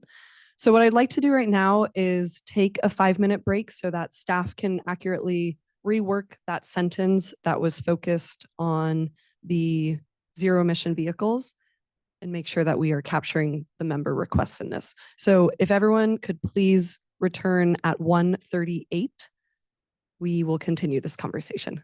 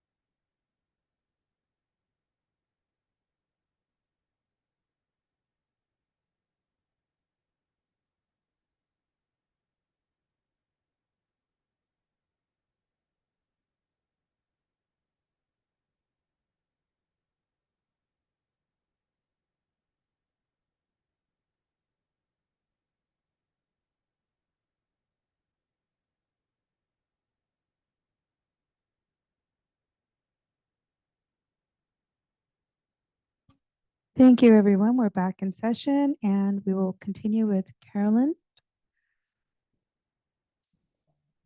That's okay. 1 second. We're still evaluating. Okay. But again, I do want to thank you guys all for being here. You are being troopers. This is part of what we do, and I'm grateful to all of you because it just wouldn't happen without you. So thank you for your contributions. Abi Mayed, I'm going to call you out. And I'm hoping to hear in your member reports, also have those ready so that we can move expeditiously. Many of you have a lot to say, and so I'm just hoping that you're able to get your updates together. And are we ready? Sure are. Okay, thank you. Carolyn. Thank you, Chair. Appreciate it. And thank you, everyone, for your patience as we make these final changes. All right, so coming back to the foundational principles, under the prioritize safety and safe system approach, we have added this additional sentence that speaks to zero emission and clean energy vehicles. And we have also captured the feedback around shared mobilities and rolling in addition to cycling, walking, etc. So I am going to first read the additional sentence that we added at the end, and then I'm going to read the whole paragraph so folks can sit with it. It's also being shared on the screen for those of you following along. So the additional sentence is, we strive to responsibly advance zero emission and clean energy vehicles, recognizing the extractive practices and burdens these technologies place on communities. So that comes at the end. I'm going to now read the full paragraph so folks can get the essence of it. Prioritize safety and safe system approach. Having liberty to move safely is an essential part of life for people of all ages and abilities. Safety is a shared responsibility between all road users and those who design, operate, and maintain. Prioritizing investing in public transportation will ultimately improve service frequency and reliability, integrating transportation modes, which encompass a range of options, including public transport, cycling, walking, rolling, and shared mobilities, all of which contribute to a healthier lifestyle by reducing CO2 emissions and other pollutants. We strive to responsibly advance zero emission and clean energy vehicles, recognizing the extractive practices and burdens these technologies place on communities.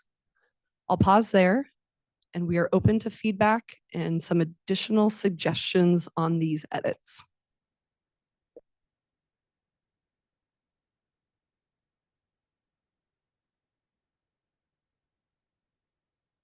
Yes, Member Akemi Hernandez. Thank you, Carolyn, and thank you, staff, for workshopping this. I am happy with the way it flows, and I'm comfortable to approve this change.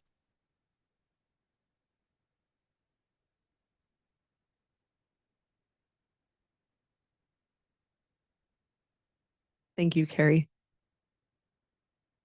I'm seeing a thumbs up from Member Rousey.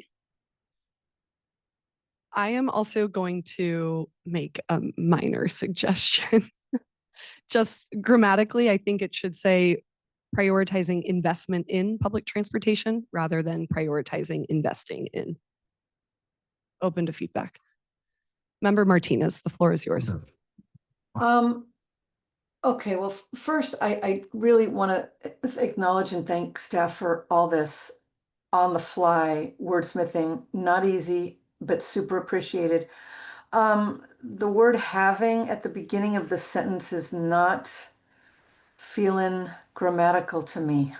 Like the ability or some other thing having, possessing the ability, having, I don't know. It's a very small thing, but it is very small.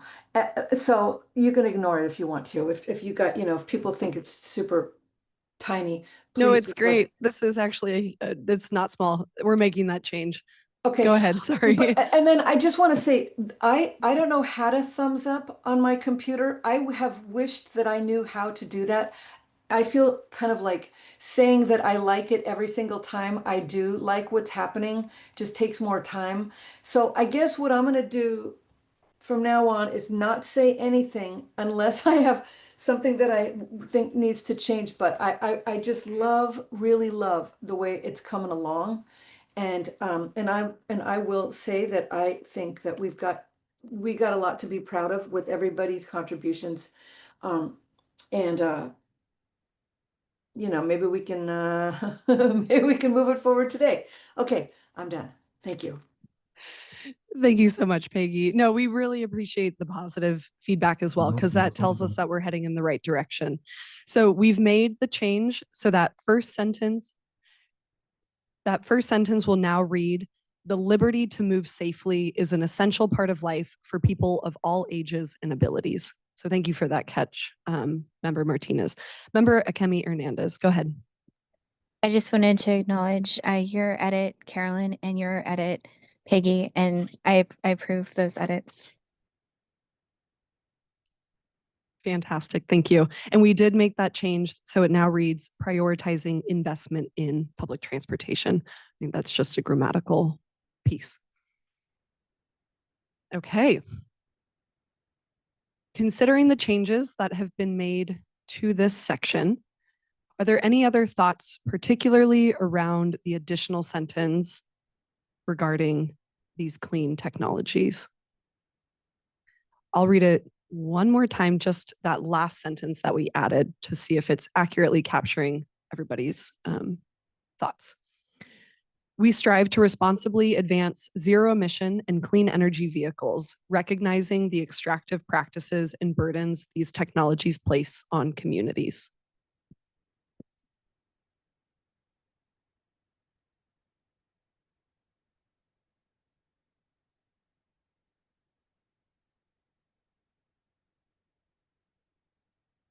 Member Martinez, go ahead. Well, I think,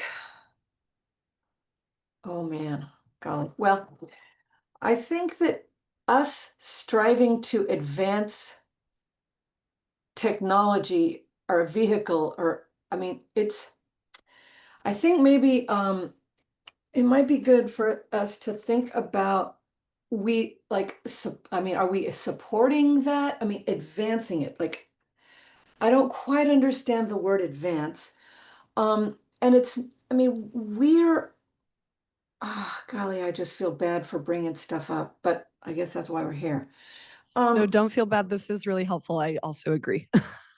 Go ahead. Yeah, because our committee, we are supporting things, or we are doing, words are not coming to me at this moment, but it is like the purview, like what is our purview?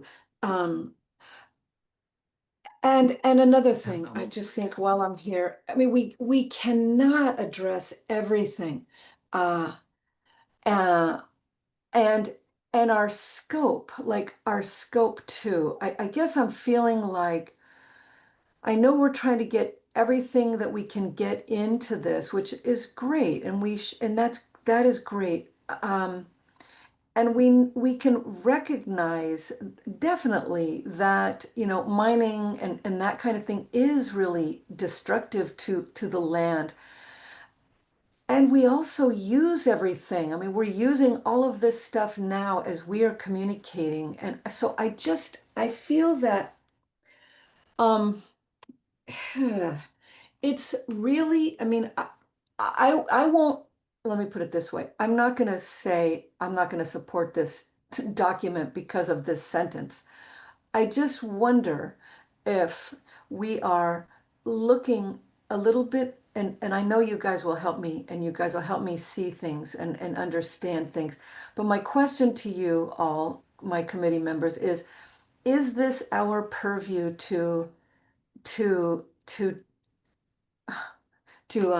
bring this out, advancing, say, various technologies, and we can have an opinion about them, and we do, and then again, we all benefit from and utilize everything that we don't like. Anyway, there's lots of contradictions. I don't have an answer. I'm just bringing it up because I do feel that there is a bit of a contradiction here. And I'm hoping that you will help me to get more clear on it. So I'm going to stop now. Thank you. I'm muting also. Thank you so much, Member Martinez. And Member Rousey, I see your hand really quick. I just want to say that what I'm hearing from Member Martinez is that perhaps the use of the word responsibly advance is outside of kind of our scope or our purview or whatever you want to, however you want to capture that essentially. So if there is better phrasing that folks want to suggest to capture that, that's an option on the floor. Member Rousey, go ahead. I was going to suggest some rewording there. We strive to responsibly support the advancements of these technologies, and the rest of the word can stay in place. But to change it up a little bit, because I think we all want to support, technologies that would bring out more clean and zero emissions and things like that. But we also recognize that there's a burden on our communities to do so. So I think, that gives us an opening into that venue where we want that in our principles in some way. Thank you so much for that, Member Rousey. So with that input, we've changed it to say, we support the responsible advancement of zero emission and clean energy vehicles rather than we strive to advance the use of these technologies. So one more time, let me read the sentence as it stands. We support the responsible advancement of zero emission and clean energy vehicles, recognizing the extractive practices and burdens these technologies place on communities.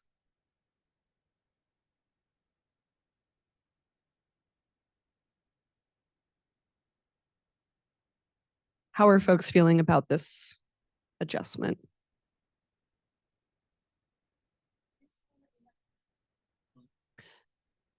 Chair, go ahead. Wow. I just feel that we have to recognize the fact that we're all challenged with this. It's not easy.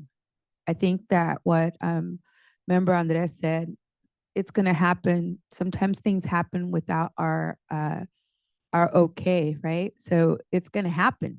There are things, technology, there's movement, there's action, there's changes that are happening. So whilst this is happening, our hope and intention is to not necessarily support, not necessarily be the driver, but at least be in a space where we are consciously aware of the advancement, and our end would be to see this come through as zero emission, clean energy, without the use of extractive practices and burdens, and creating more burden with these technologies on our communities. So I'm kind of like torn, because I think that for us to say, and it's true, like if you're saying that we're supporting it, then that's really what we're saying. We're going to take it. That's what it is. I don't think it's that we're taking it. I think that the fact is that as we are challenged with these decisions, right? As we are seeing these changes happening around us, the hope is that we implement something that will lessen the burden, lessen the damage that will happen. And the only way we can do it is if we frame it around the recognition of said technology. Because I don't think that, like, when we were talking about fuels, I'm sitting here thinking about the corn that we're using to create the fuels, and how we're displacing farmers, and how we're displacing people's jobs, and how even if we did have the corn, it's so contaminated. Like things, how the intrinsic part of everything that we're speaking to. So there are challenges, and I think that in order to really let the reader know that we're not in favor of, but we can't dismiss the fact that these things are happening and advancing. So we need to be able to say, we know there are challenges. We need to recognize that, so that the reader doesn't feel like we just said, okay, we're just going to bend over. No, we're kind of saying we're not going to yield to that. And if we do yield, then we yield in a way that hopefully will mitigate those outcomes to not be so disruptive, so damaging that it hurts our community. So I'm just putting that there. And you guys put your lengua como quieran, like I put the wording the way you want to, but that's kind of like my feel and vibe on that. Thank you so much, Chair. So I did see Member Akemi Hernandez's hand, and I also saw Member Rousey's hand, but both of them are now lowered. So if either of you wanted to chime in, the floor is yours. I'm wondering, it's Michelle Rousey. I'm wondering if there's, we say we're like, instead of support, that we're watchful of these things, and that, you know, that like you were saying, that, you know, these things are coming along regardless, but us being watchful and being responsive to these changes is important. Thank you, Member Rousey. So staff have made a suggestion, and it's now reflected in the PowerPoint slide that's being shared on the screen. And Member Rousey, I think this gets to your point that we're recognizing that this is a reality. This is happening. These technologies are here, and there's maybe no way around it. I'll leave it at that. But so rather than the advancement of, perhaps we speak about this as a transition to. So the sentence could read, we support a responsible transition to zero emission and clean energy vehicles, recognizing the extractive practices and burdens these technologies place on communities.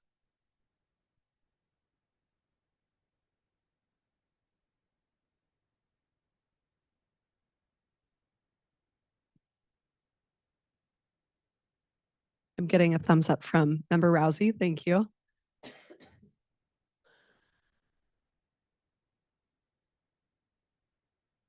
And Carolyn, I don't know if you see my hand. I didn't. I apologize. Go ahead. It's okay. So I just wanted to say I appreciate the feedback and discussion around this. And it is challenging, as Chair pointed out too. And I think it's important to name. I like the way that it's been reworded to say transition to. But I think if we name it, then when we're considering how that we take action with this, with policy, you know, we can hopefully influence a pause when people are considering these advancements and how they will impact transportation. Obviously, this ties into funding and so many other sectors within our community.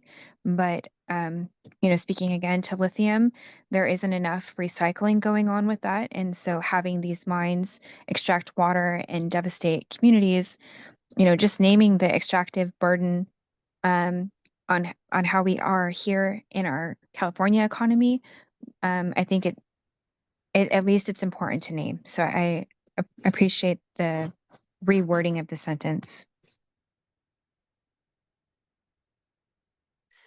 Thank you, Member Akemi Hernandez. So it sounds like folks are comfortable with the change, and I will read it one last time. And then I think we will be in a good place to potentially take action.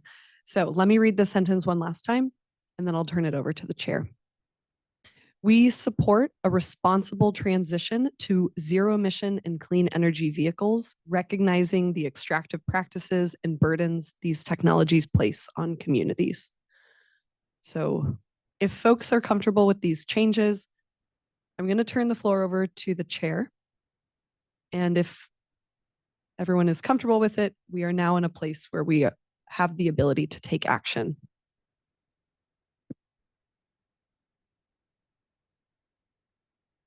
Amended changes.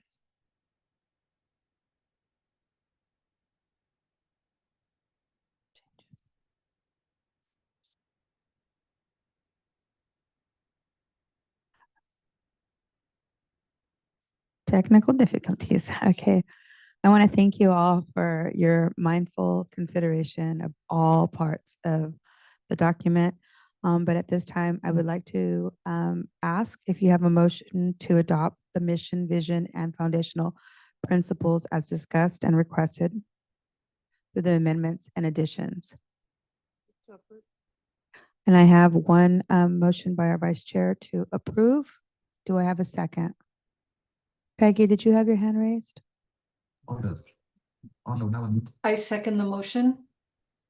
Thank you, Peggy.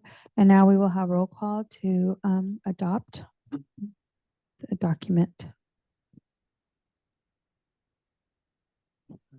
Public comment one more time, please, and thank you. I'm not seeing Michelle any public. Rousey. Remember Michelle Rousey?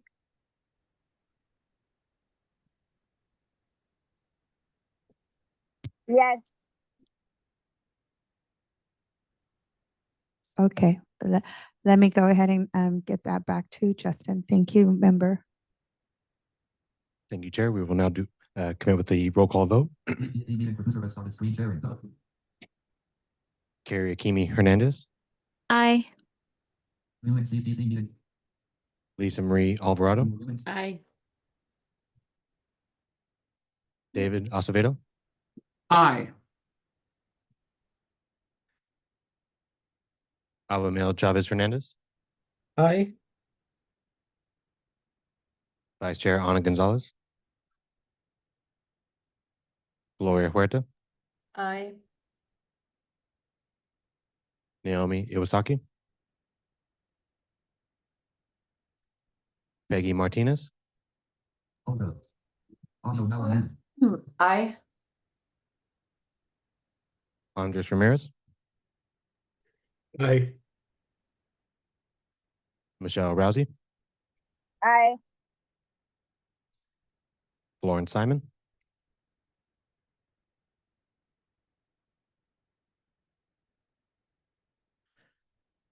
Randy Torres Van Vleck, Aye. Ualani Vasquez, Aye. Howard Wong, Chair Martha Arms Kelly, Aye. Chair. The motion is approved. I would just like to thank all of you for doing something that it's incredible.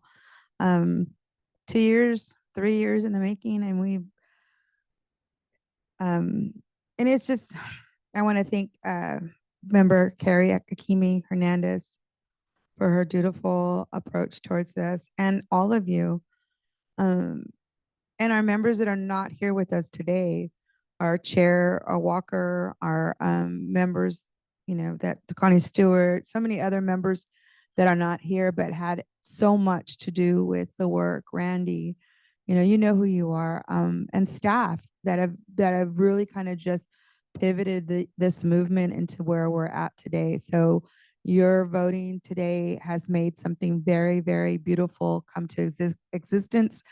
And that really is going to be the driving force behind the work that we're going to be doing. And if you think about it, as we do the work, we can connect now the work to our vision. We can connect now the work to our mission. And the foundational principles are what support all of this. And your last component is going to be the visual component. And that's really just kind of a freedom of expression on your part. I put it back into your hands. If you have not created a submittal, put something together, and really put your color into it, put your expression, put your emotion into letting others in your state see what equity looks like or does not look like. Have a narrative with a picture. I just encourage you to be part of this and not dismiss your responsibility, because for myself, if you're not aware you're making history, you're making history. And if you're not aware that people are looking at us, they are looking at us. Every place that I go to, people ask questions about why we are even doing what we're doing. How are they approaching? How is Caltrans? How is the interagency looking at this? Are they even really doing anything? And I'm telling you that some of the things that we don't see that are happening, that I wish if we could put it all in a glass for you to be able to see the different cogs as they're moving, thoughts that are changing and processes that are changing, wording. A word is very, very powerful, as we saw today. Like, it means so much to each of you in different ways. So I just want to thank you from the bottom of my heart. Thank you. And from staff, I could speak on behalf of staff. They're so grateful. We're very happy because now we have a beautiful expression of what we are going to do. And it's not just words that are going to be laying dormant, but they're actually going to catapult us into what we're going to be doing for the next cycle. So I just want to thank you. Now we're going to move into our next item, which is our ad hoc subcommittee updates. And I'm excited. I might have missed one. I'm not too sure, but I am super, super excited. And I want to say that the people that are running the meetings, y'all are some exciting, innovative, educated people. And I thank you for your participation. So I'll turn it over to my Vice Chair, Ana Gonzalez, so she can give her report. Thank you so much. Yay. Yes, I'm so proud of the work. Thank you, Chair Armis Kelly and Member Akemi Hernandez. You guys did amazing. Thank you so much, staff, too, for wordsmithing. I know it's not easy, so thank you, thank you, thank you. So we'll move into our committee reports, which is our first reporting of this cohort. So thank you.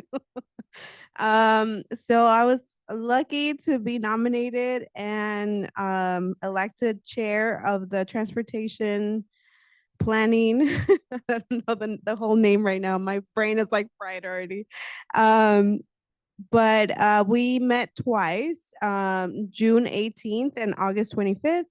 And at the June 18th meeting, we had members of CalSTA, Deputy Director of Equity and Workforce, Allison Joe, and Senior Advisor for Transit, Mobility, Data, and Performance, Hunter Owens, presented on the Transformation Task Force. So thank you for that. Subcommittee members primarily provided comments on paratransit, including the cost of paratransit, the level of outreach to and input from end users of paratransit services, and the need to consider rising age as an equity issue in transportation. So thank you to those subcommittee members. And I want to mention the committee members that were present before I go on. So it was myself, Member Ramirez, Member Acevedo, Member Wong, Member Akimi Hernandez, Member Martinez, Member Torres Van Vleck, Member Rousey, and of course, our amazing chair, Armis Kelly. So thank you for being present and all the staff that help support the subcommittee items as well. And as I mentioned, I was elected the ad hoc subcommittee chair. So thank you all for believing in me and giving me this opportunity. I hope I don't disappoint you. It's a lot of work. And we then had some items that we wanted to discuss for the August 25th meeting, which members Kimi Hernandez, Alvarado Martinez, Torres Van Vleck, and Rousey, and Chair Armis Kelly were present there also. And trying to pull my notes here, sorry. We went over the Caltrans Transit Policy Implementation Plan. Josh Pulverman was there. We gave him a run for his money. There was a lot of conversations. So we want to thank him for being in the space. We got updates and feedback was received for the comprehensive multimodal corridor plan guidelines by Destiny Preston as well. And prior to that, Chair and myself had an opportunity to also meet and go over the multimodal corridor plan, which gave us some more insight and opportunity to provide more input. And then the Caltrans Office of Transit Planning staff provided a presentation on the Caltrans draft Director's Transit Policy and future opportunities for members to provide input on the implementation plan for the policy. Members commented wanting transparency on outreach engagement process for the transit policy. So there was a lot of conversations around that. Commission staff provided updates on the comprehensive multimodal quarter plan guidelines, developed process, and gave an overview of the committee member feedback received during the member briefings, which is where a chair and myself met and other members of the committee.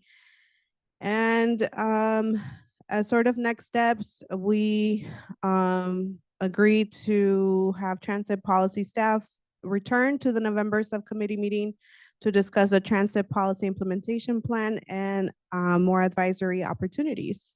And we have no meeting date yet, but we will soon. Oh, November. Okay.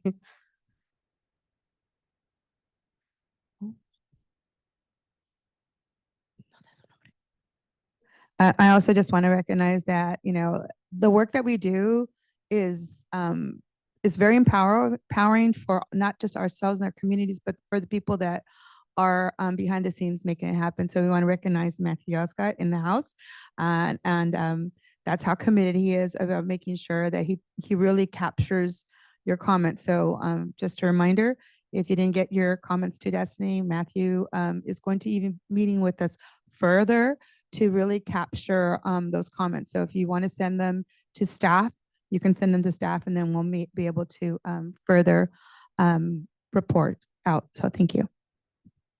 Yes, thank you so much. So that's pretty much it for me. I'm gonna pass it over to our other subcommittee chair, Naomi Awasaki. Oh, she had to leave. So Carolyn. Oh, well, we'll move on to, right now. We'll give her a minute. Oh, you have it? Okay. All right. So these are notes from Naomi Iwasaki, who chairs the data subcommittee. Excuse me, data implementation subcommittee. So there were 2 data implementation subcommittee meetings in June and August. In June, they received a preview of the Caltrans Equity Index use case development with a more detailed presentation that came in August. When reviewing the equity index, or also known as EQI, the subcommittee discussed near misses, methodology, exposure to crashes, and asked about how updated the indicators are for the tool. Member Iwasaki was also elected as chair for that subcommittee at that meeting. In August, the data implementation subcommittee received presentations from the Caltrans Transportation Analysis Branch Manager, Henry McKay, and Caltrans Equity and Data Policy Advisor, Macy Nurani, who gave an informational presentation on the Equity Index update. They also received an informational presentation from commission staff on Assembly Bill 744 from Sheila Ennis, who serves as the Commission's Assistant Deputy Director of Programming. The proposal presents a framework to enhance statewide collaboration on transportation data, modeling, and analytic tools that support decision-making, interagency coordination, and alignment with state transportation, housing, and climate goals. It fulfills the requirements established in AB 744, which directs the California Transportation Commission to assess existing transportation data and modeling practices and recommend strategies to improve access to high quality data, modeling, and analytic software tools that support planning and coordination across the agencies. And if the proposal receives legislative funding, commission staff look forward to engaging the subcommittee during the implementation planning phase. I'm getting a head nod that that's good from Matthew. Okay, so that's all the updates from Naomi for this time, and we appreciate her sending these along. Thanks. All right, so I'll pass it last but not least to Randy Torres Van Vleck. Thank you, Sequoia. Appreciate that, and thanks for fellow chairs, subcommittee chairs for sharing those updates. This is Randy Torres Van Vleck, and I'm really honored to have been elected chair of the Community Engagement and Practices subcommittee. that is sending recommendations to the full EAC. So thank you so much for that. We had 2 meetings, June 17th and August 18th. I want to thank Chair Armas Kelly, Vice Chair Gonzalez, members Ramirez, Member Akemi Hernandez, Member Alvarado, Member Rousey, and Member Vasquez for participating in those meetings. Essentially, our main focus the last 2 meetings have been the Caltrans statewide community engagement playbook. This is a monumental effort by Caltrans to acknowledge and identify ways to achieve what we call meaningful community engagement. And that's something that we've asked the staff to help us define, and we've given feedback to what staff have presented, which is an extensive playbook that they've created on how that can be achieved. We've given specific ideas on who should be engaged, what Caltrans should know about engaging groups that have historically been excluded, methods and platforms for engagement, the desire that we have for our communities to be able to participate in joyful community engagement experiences, meetings that are meaningful to them. And we've also, in our second meeting, where the staff incorporated feedback we offered in June, and they presented that back in August. And we give some additional feedback that relates to accessibility for seniors and people with disabilities, prioritizing hands-on community engagement through charrettes, pop-ups, open street events, and other in-person activities, but also recognizing that there is a role for online engagement opportunities, and that planning engagement processes should include both online opportunities and in person. We've also given feedback to acknowledge Indigenous communities through offerings and more formal recognition and more meaningful engagement of Indigenous communities. The staff is incorporating that feedback now. They've disseminated, to my understanding, the report, released the survey to different community partners. The comment period did close on September 1st for the public, but the playbook will return to the December EAC at our December meeting. So that's an opportunity there. And then with the goal of having the finalized playbook completed in September 26th for community engagement practices across the state. So that's been our main focus the last 2 meetings, and our next subcommittee meeting will be in November. So hope you can join us for that. Happy to take any questions at all. Thank you, Chair. And it was good to see a lot of the members in San Diego. I know the chair will share more about that, but we're happy to host here in San Diego, and many folks were present for that. We had some good discussion at our gathering as well. So great to see you all. Hope to see you in person soon. Thanks. Thank you. We have one comment, and just to remind you, we're just trying to move on to our member reports. So I'll be giving an opportunity for many of you to be able to give your preview of what you are seeing in your community. But I have a comment from member Peggy Martinez. Hey, Randy, anyway, Member Van Vleck. Great report. I loved it. And I hope I'm just wondering, what is the status on how the engagement process is sort of calling out accessibility, sort of timely information, delivery, so that folks can learn about things in advance and then participate. Yeah, I just am curious and would be interested to know how accessibility is being addressed. And it's great that you guys are communicating with the various constituencies and entities and the the in-person and the digital stuff, but I am curious about what has been discussed regarding accessibility. I will mute myself and so that you can respond. Thank you. Yeah, thank you, Member Martinez, for that. I'll pass it to staff in a second to provide more context. But generally, we did discuss the importance of timing. Timing is, I would say, is part of under the umbrella of meaningful community engagement. We've all seen those gotten those notices last minute before for different planning initiatives.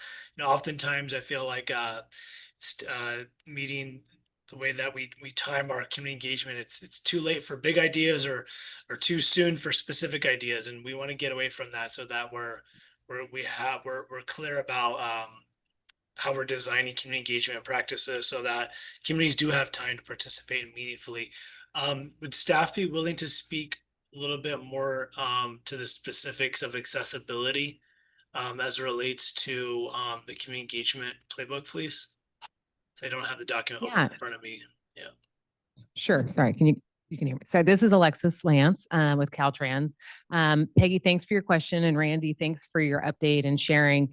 So as Randy mentioned, the playbook was shared at the subcommittee meetings, and we will be doing a survey of partner agencies and some statewide advocacy groups later this fall, winter. So there still is an opportunity, and Peggy, we'd be happy to talk with you more specifically just to make sure our staff is working to best include recommendations around how to work with the disability community and ensure we're making our engagement as accessible as possible. So yeah, I'm happy to connect with you offline as well and connect you with the staff that are working on the playbook. But we do intend to share that survey with the EAC, the full EAC. So that is an opportunity for folks to put in suggestions with that. So does that help? Is there additional questions, Peggy? Or from anyone else? Nope, that's great. I appreciate that. Thank you. Thank you. Thank you. Thank you. Thanks, Peggy, All for right, that question. Oh, and I thank also just you. wanted to quickly shout out the staff for their help. Sarah Rosen, Cassidy Ellis, and Carolyn, Sequoia, Camille, and Sasha for your help with the subcommittee. Appreciate you. Thank you. Yes, we want to elevate everyone here. And we're going to move on to tab number 8. Oh, excuse me, public comment. There's no public comment at this time. Thank you. Thank you, Dylan. Want to recognize Dylan in the house as well? Getting a little delirious. Okay, so we're on tab 8, and this is a time when we have committee members bring out any reports or any updates that they might have. I recognize that some of you may not have anything, so if you do, can you please raise your hand so that staff can flag you, and I can also be able to call you and not ignore you. So first of all, we have Pualani. Pualani, would you like to go ahead and proceed? Thank you.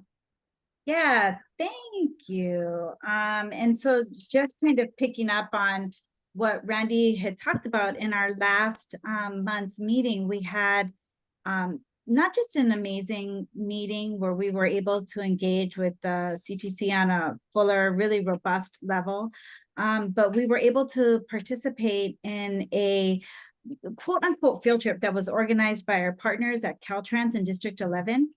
We were guided on a tour of transportation projects that centered equity, inclusion, and outside of the box thinking. Really encompassing what is possible and with ways that we can work together to make transportation safer for all. We walked away with an understanding of how we can propose specific recommendations for EAC action and reporting. So I have a couple of items that we talked about on that tour. So the first was to standardize equity review, which would require all projects funded by CalSTA, CTC, Caltrans to demonstrate equity and climate benefits using consistent metrics aligned with CAPD 2.0. Number 2 would expand eligible funding, advocate advocate for set asides and projects and programs to support artistic treatments, placemaking, and culturally reflective infrastructure. 3, enforce VMT reduction requirements, condition funding on clear strategies to reduce vehicle miles traveled, prioritize multimodal access. 4, align across agencies, develop joint guidance so CalSTA, CTC, and Caltrans can apply the same climate and equity framework statewide. And then 5, most importantly, mandate community co-creation. So ensure early, ongoing, and compensated community participation in project development, especially in disadvantaged communities. You know, as of late, we have seen many local transportation safety projects ripped out against thoroughly researched and vetted findings, only because of a very few loud and ill-informed community members who did not understand the safety or effectiveness of the safe systems approach being implemented. Most people do not have the opportunity to see how fragile life can be after a roadway crash, like I do, working in a level 1 adult trauma center. And I do believe that if everyone saw, in most cases, the completely preventable toll these crashes take on not just the victims' lives, but their families and friends and our communities as a whole, even the strongest naysayers would agree to any tool in our safe systems toolbox. You know, I know it goes without saying to this group that when we look at the numbers of vulnerable road users that are injured in our roadway crashes, our marginalized and underserved communities really are overrepresented in these numbers. And so the more actions that we can take to create alignment, the better.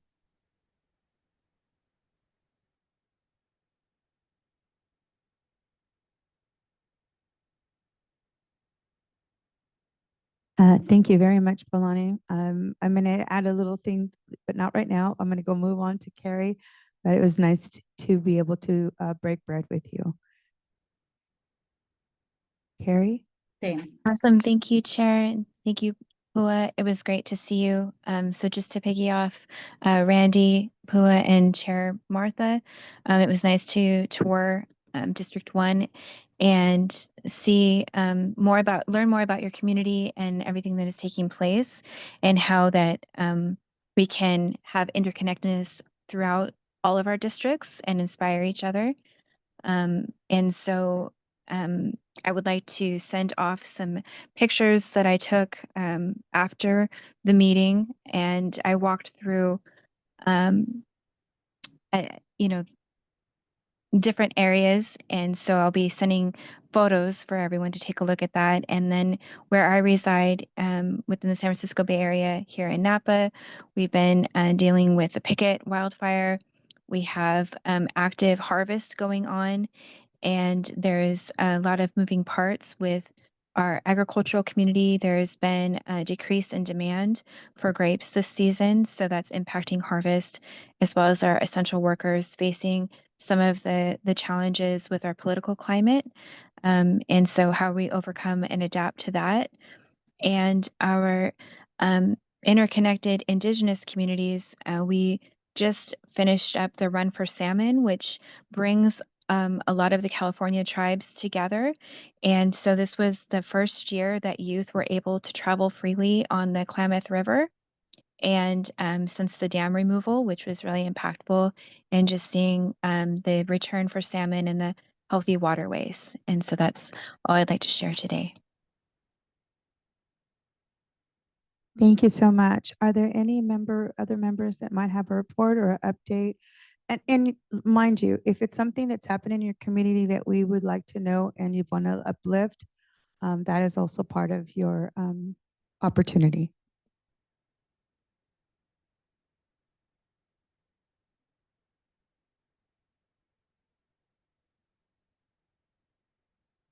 Okay, well, are there any public comments? Oh, Before we who move raised their to, hand? do you see Randy Torres Van Vleck has his hand raised? Thank you. Member Randy? Go Yeah, ahead. just thank you, members Vasquez and Cami Hernandez for the report on the San Diego experience. Again, it was great to see you all, and yeah, but wanted to do a shout out to the Caltrans District 11 staff who have done a really good job. I think advancing equity and thinking outside of the box.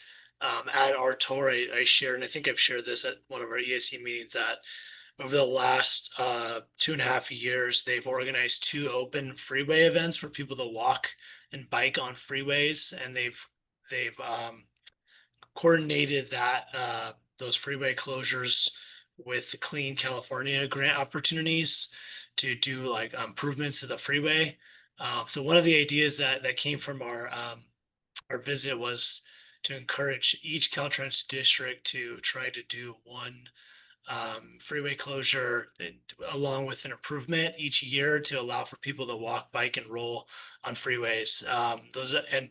To allow for those events to create opportunities for community planning initiatives. So back to the community engagement, when you have a fun event like that, you allow people to play music, walk, roll, skate on a freeway. You can also do meaningful in-person engagement there. So I want to encourage all the districts to make that a goal, one event per year per district. So let's make it happen, and reach out if you want to help me make this happen. I want to try to make this real. So thank you.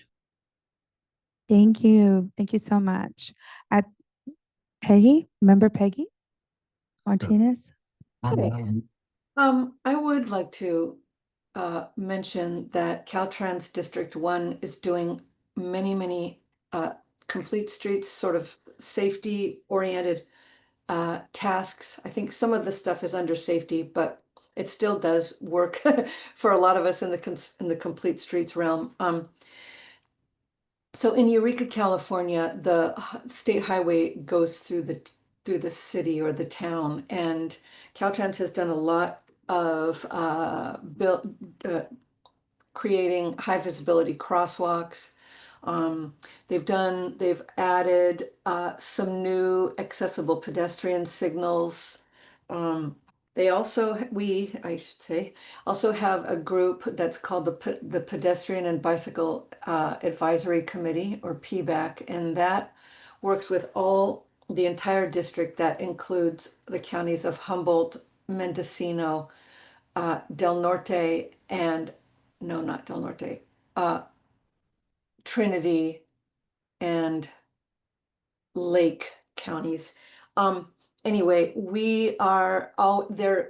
That committee has the opportunity to evaluate projects as they are in design and offer our perspective.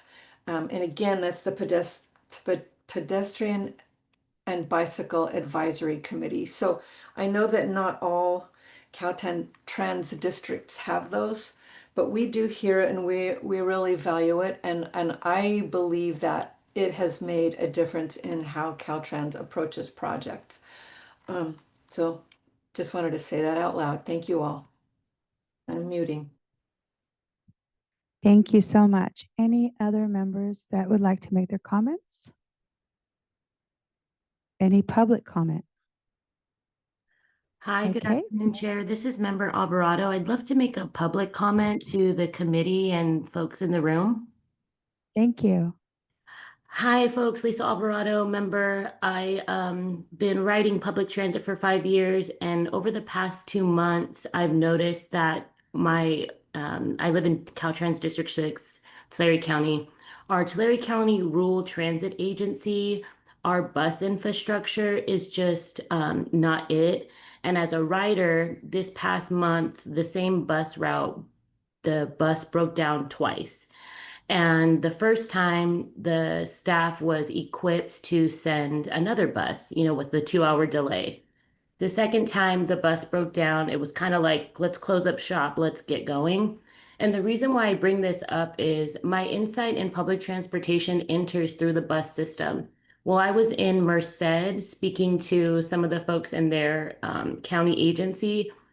Bus drivers were so disenchanted with being bus drivers because they cannot keep their buses clean, that we're kind of noticing that as we continue to see other things like micro transit and agencies looking to like own their own internal infrastructure, those of us who are public transit dependent are falling by the wayside when we're just asking for cleanliness.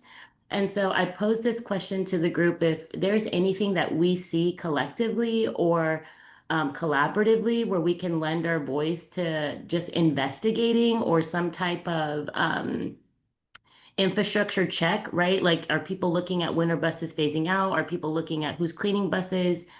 I don't have the intellect to solve this problem, but I do know that the folks in this room have networks and brains beyond mine. And so I pose this to this committee because it's affecting my daily life as a public transit rider, and it makes me think of systemic solutions are solved in these kinds of committees. And so encouragement to the leadership here, and also just an ask for help. Well, I myself, I don't have the capacity right now to be able to answer that online. However, you and I are going to be in Merced in October, and I think that between now and then, I think that we can field some type of discussion. I know that you and I can she and I still have conversation? Yeah, okay. I don't want to overstep, but it's not on the agenda. Yeah. So, but it's meaningful enough for us to look at. I'm going to jump right into my report real quick. Oh, oh, okay. I'm sorry. Member Michelle Rosie. I also use a combination of air transit, BART, and AC Transit and other local buses. And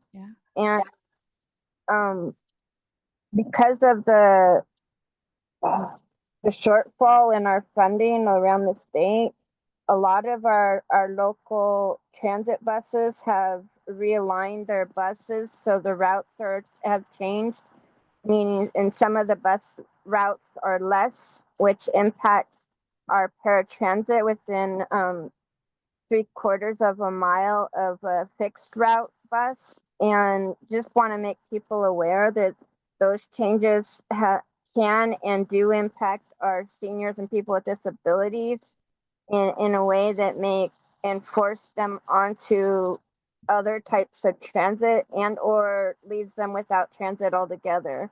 And I just want to make people aware that, you know, as we all age into disability and age into needing more of these types of services, that we need to reassure and make sure that these services are here in the future for those who need them. Thank you. Thank you so much. And I'm going to kind of like blanket over both of those asks.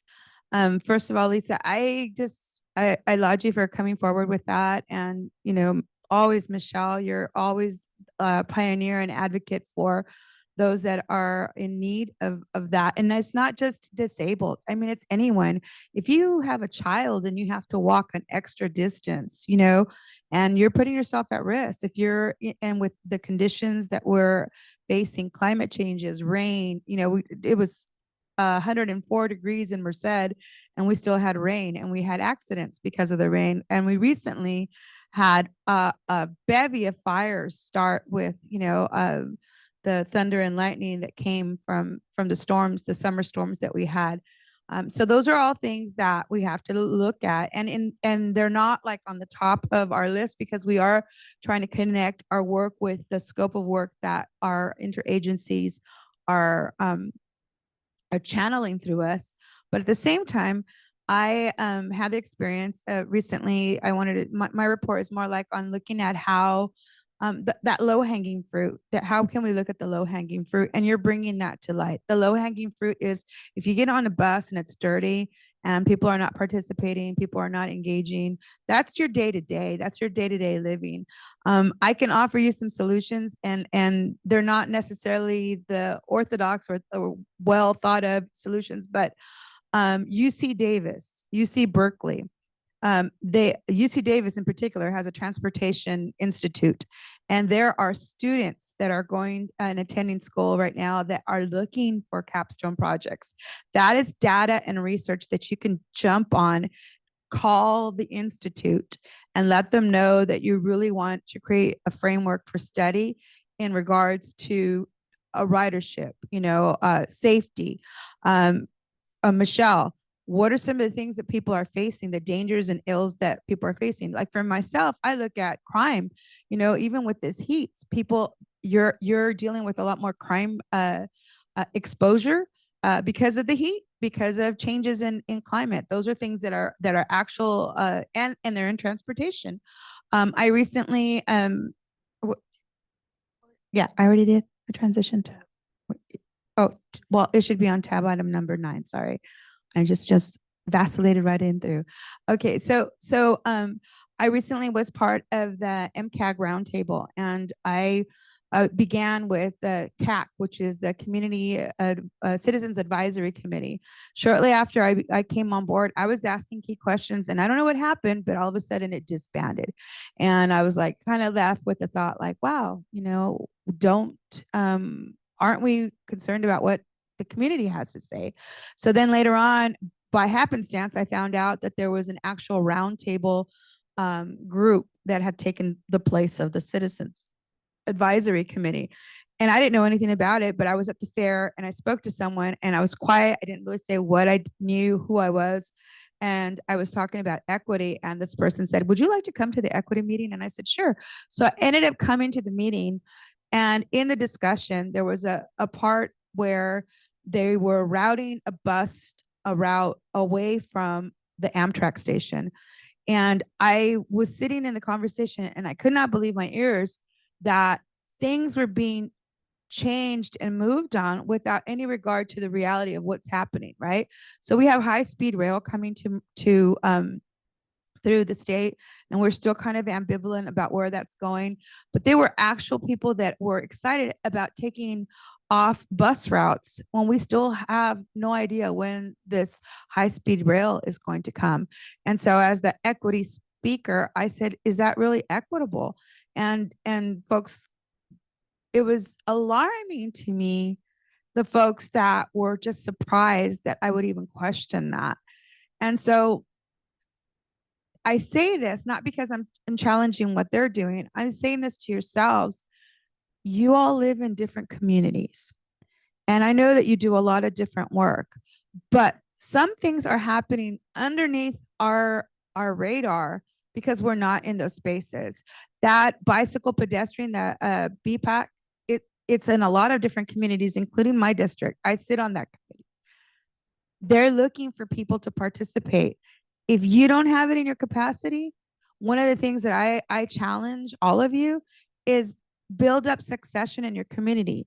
You are not the only ones that are doing the work, yet you are tasked to do a lot of the work, but you work day to day with folks that maybe just need you to kind of push them into those spaces so that they can do some of that to carry some of that lift. So I'm just challenging you. Find out about what's happening in your community. Find out what's going on. And if you can't be there, send someone. Be part of that succession movement. And lastly, my thing is I'm really excited about all you coming in October. And if you're not coming to the meeting, at least be ready to listen to the major, the CTC meeting, because the things that are happening in the middle of this little community called Merced are part of the bigger scope of what you all are experiencing. And we need your voices there. We need your people to come in and speak, because we're going to be facing things like inland ports. You already know what that happens, how it affects. You have already experienced some of the challenges in how there's a lot of congestion in corridors, and we're small, yet we're growing, and we still need your input. So remember, whatever happens over here affects us all. So that's really my report to you, is just to really be provocative in your thinking, be strong in what you do. I encourage you. And let me tell you that I intentionally meditate for all of your successes and for your protection and for your delivery, that you are given good advice, that wherever you walk and wherever you trod, that people are good in your spaces, that are come in a good way to give you enlightenment, to give you support. And I have not said that to you guys because to me right now, I feel that things are happening that are out of our control, right? And you have to see the faces of those people in your communities, and you have to answer those questions. and you see disparities happening in your community. And I didn't say anything about Mexican Independence Day because I don't feel independent, and I don't feel that we're independent yet. I think that we all as Californians are facing changes and impacts that are affecting our lives.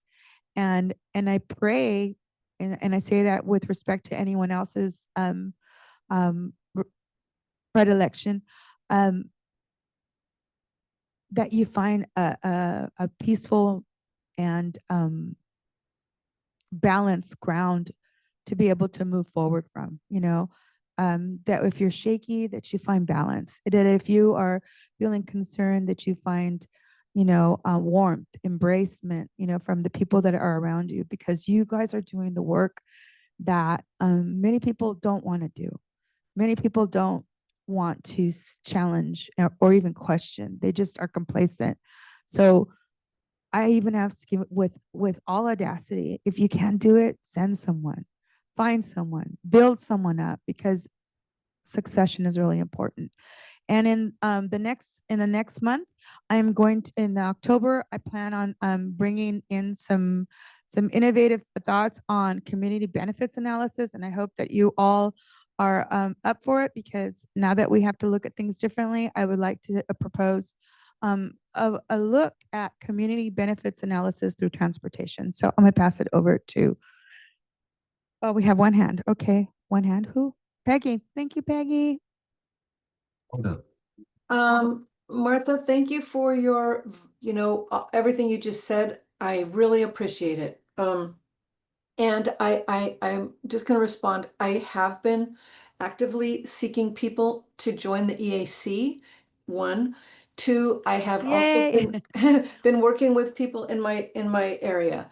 But what I wanted to suggest is that we do this EAC committee report earlier in the meeting, that we allocate time for us to talk about our communities earlier on.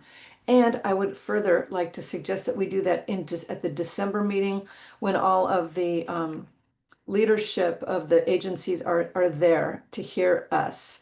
Let's allocate 3 or 4 minutes per member to talk about the things in their communities that are important, that they are seeing, that maybe are working well, but maybe also other things that need some attention.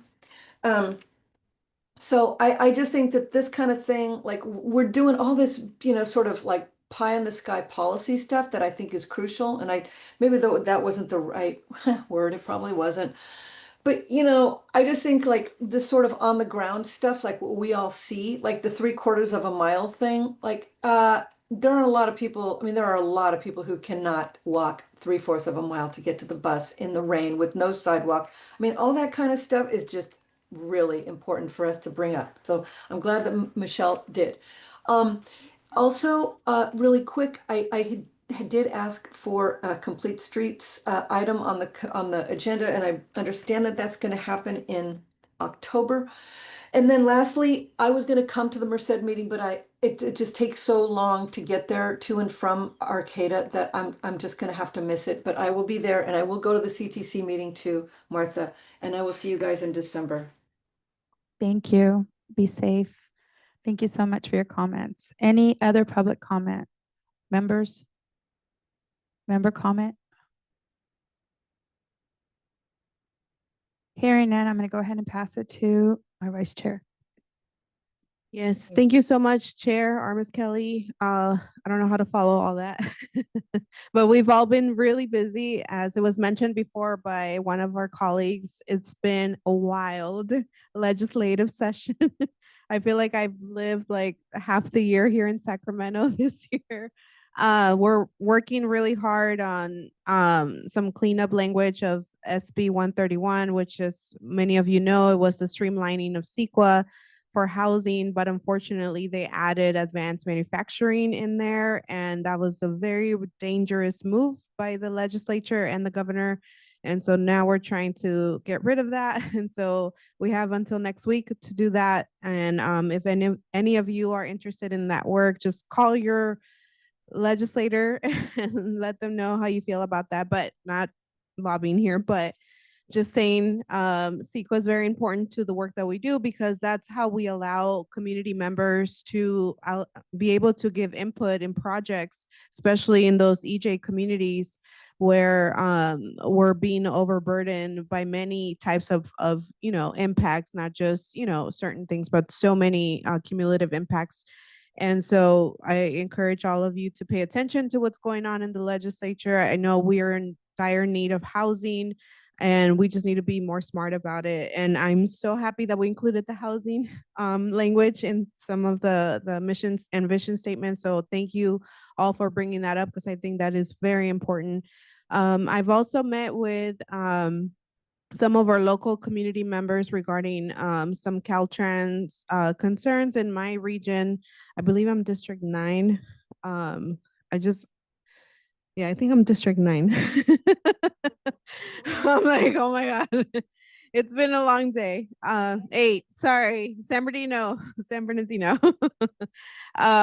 Anyway, so we've been having conversations about homeless encampments in Caltrans property and how sometimes residents or local jurisdictions cannot engage and take care of that because Caltrans kind of falls into play.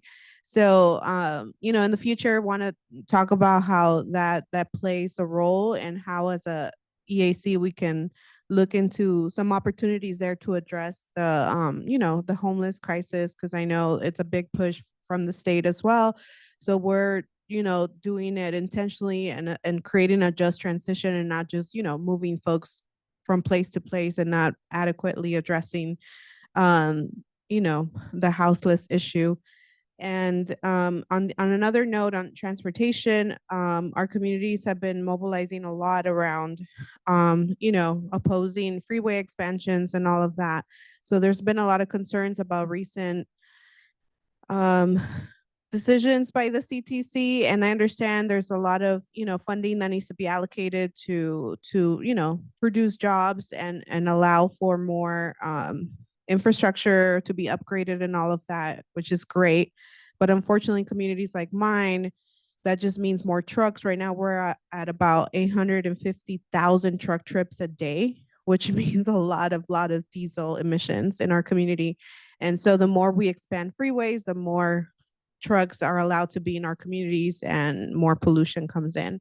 And our asthma rates are increasing, unfortunately. So I want to continue to address that. And how it's also coming to other areas of the state, such as Merced, such as Fresno, such as, Tracy, Stockton, with the warehouse influx that's on demand right now because of e-commerce. And I feel like there's good ways, like Chair mentioned about community benefit agreements.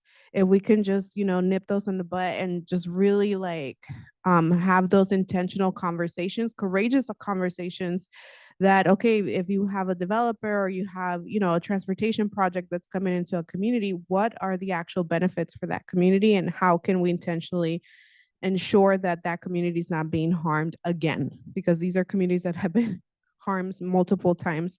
So anyway, a lot of work around that. I want to thank the EAC folks for everything, the staff, colleagues. Thank you so much for another productive meeting. It's been amazing. I know my gente, my community's been struggling. We're only seeing what's happening in LA, but San Bernardino and Riverside counties have been hit as well. Every local shop and warehouse has been targeted. Kidnappings are happening everywhere. And I know it's just a big issue that we're all dealing with, but our communities are hurting. And so the best that we can do to not add more harm to what's happening is why we're here. So thank you so much for your time. Oh, public comment on this item? There is no public comment. Thank you. Member Peggy, you still have your hand raised. Is that for? Hello? It's okay. I do want to say before I pass over to Carol. Oh, Member Rousey. Yeah, you brought up about the homelessness and how bad it is in our communities and things. I want to reiterate that because not only is there a huge homeless population, but they've changed a lot of the rules of engagement with those community members, and in some places making it illegal for them to be unhoused, and they're ending up in our prisons and in our institutions more often because there is no placement, there is not enough housing, and it's just an endless process because they don't have the funding for tickets, they don't have the, so they end up in our jails and our prisons because they're homeless, and it's just an endless cycle of, it just is wrong, and I want to make people aware of that. Thank you. Thank you for elevating that narrative, Michelle, Member Michelle Rossi.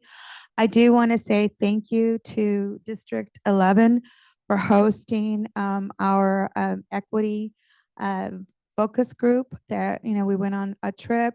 We were able to share space with Caltrans members, Nick Buenviaje and Brenny Aceituno, which were our lovely hosts, our photographer that was on site as well, and many of the staff that were present, as well as the guests that came on the tour.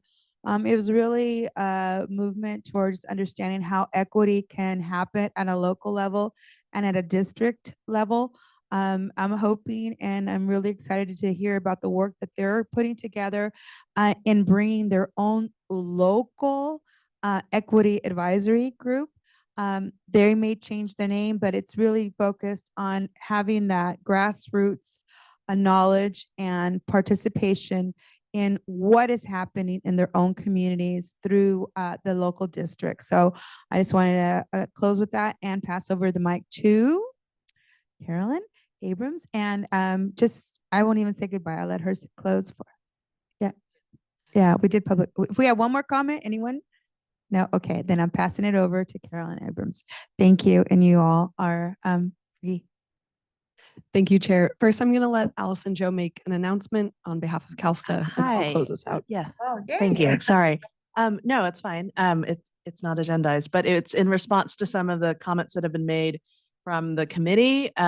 First of all of that, all of the things that you're doing on the ground are so important that it really does deserve a little different kind of notice and discussion, right? We want to have these conversations about what you're doing every day. So I think that that's something to elevate. I think that the suggestion made by a committee member was really thoughtful. Let's figure out how to incorporate that and do that a little differently. The one thing that committee member Alvarado mentioned was around her challenges around transit. And I do want to make sure that there's two things that I want to maybe more directly to the member is really reach out to the Tulare County Association of Governments, and Ted Smalley is the executive director.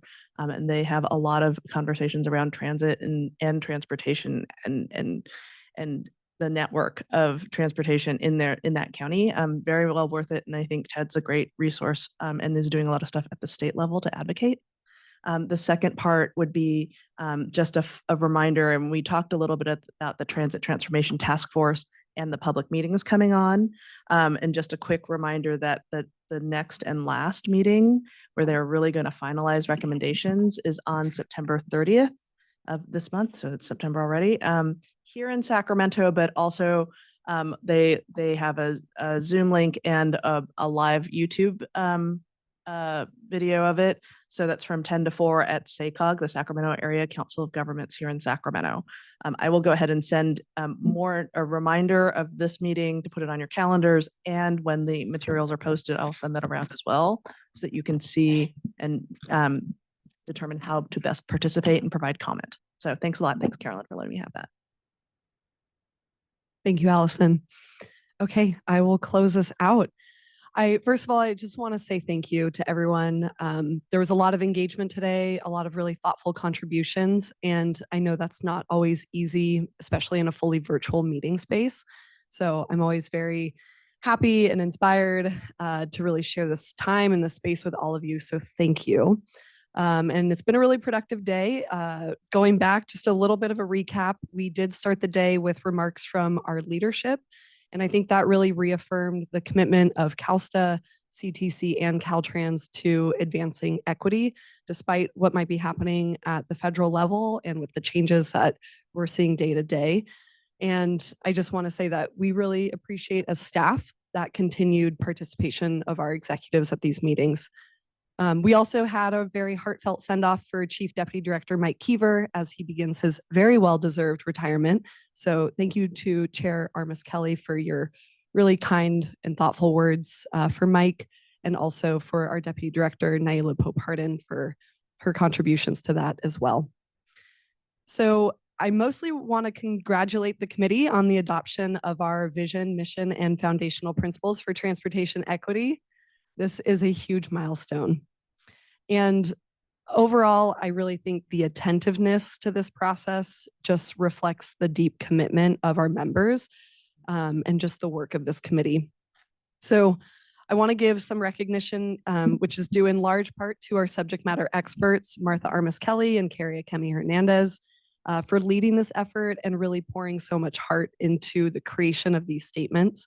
And with the committee's approval, I think to David's point, we now have taken an important step toward defining and hopefully operationalizing our shared vision for transportation equity. And Martha and Carrie, we look forward to your presentation of these statements at the October Commission meeting. So thank you for that. I also want to acknowledge the ongoing subcommittee work. You heard from your subcommittee chairs today on the June and August subcommittee meetings. And I want to thank them for their leadership. The chairs have really brought some valuable contributions in these spaces. And I think the subcommittees are proving that these are very effective mechanisms to advance the advisory work and to really get the input from our members on the various efforts that our agencies are pursuing. So with that, I just want to thank everyone again for your time and your energy today. We hopefully will continue to carry this momentum forward, and we look forward to seeing you all on October 15th in Merced for our next committee meeting. And if you all are there in person and would like to stay for the October Commission meeting, that is when the vision and mission statement will be adopted. So we encourage you to attend and participate, or tune in virtually and give a round of applause when that takes place, because this is really exciting. So with that, Chair, I'll hand it back to you to close us out. I just want to say thank you to all of you. Be safe, and I hope that wherever you're at, you are thriving and growing. And today was just a total beautiful thing that has happened, you know, and I want to thank you all for that. Everyone, staff, everyone. Yes, it's just so beautiful. Oh, and to remind you, if you do come in October, tacos are on me. So, okay. Yum. Meeting is adjourned. Tacos, you guys come. Birthday tacos. 2 days after my 55th. Thank you. Bye, guys. Thank you.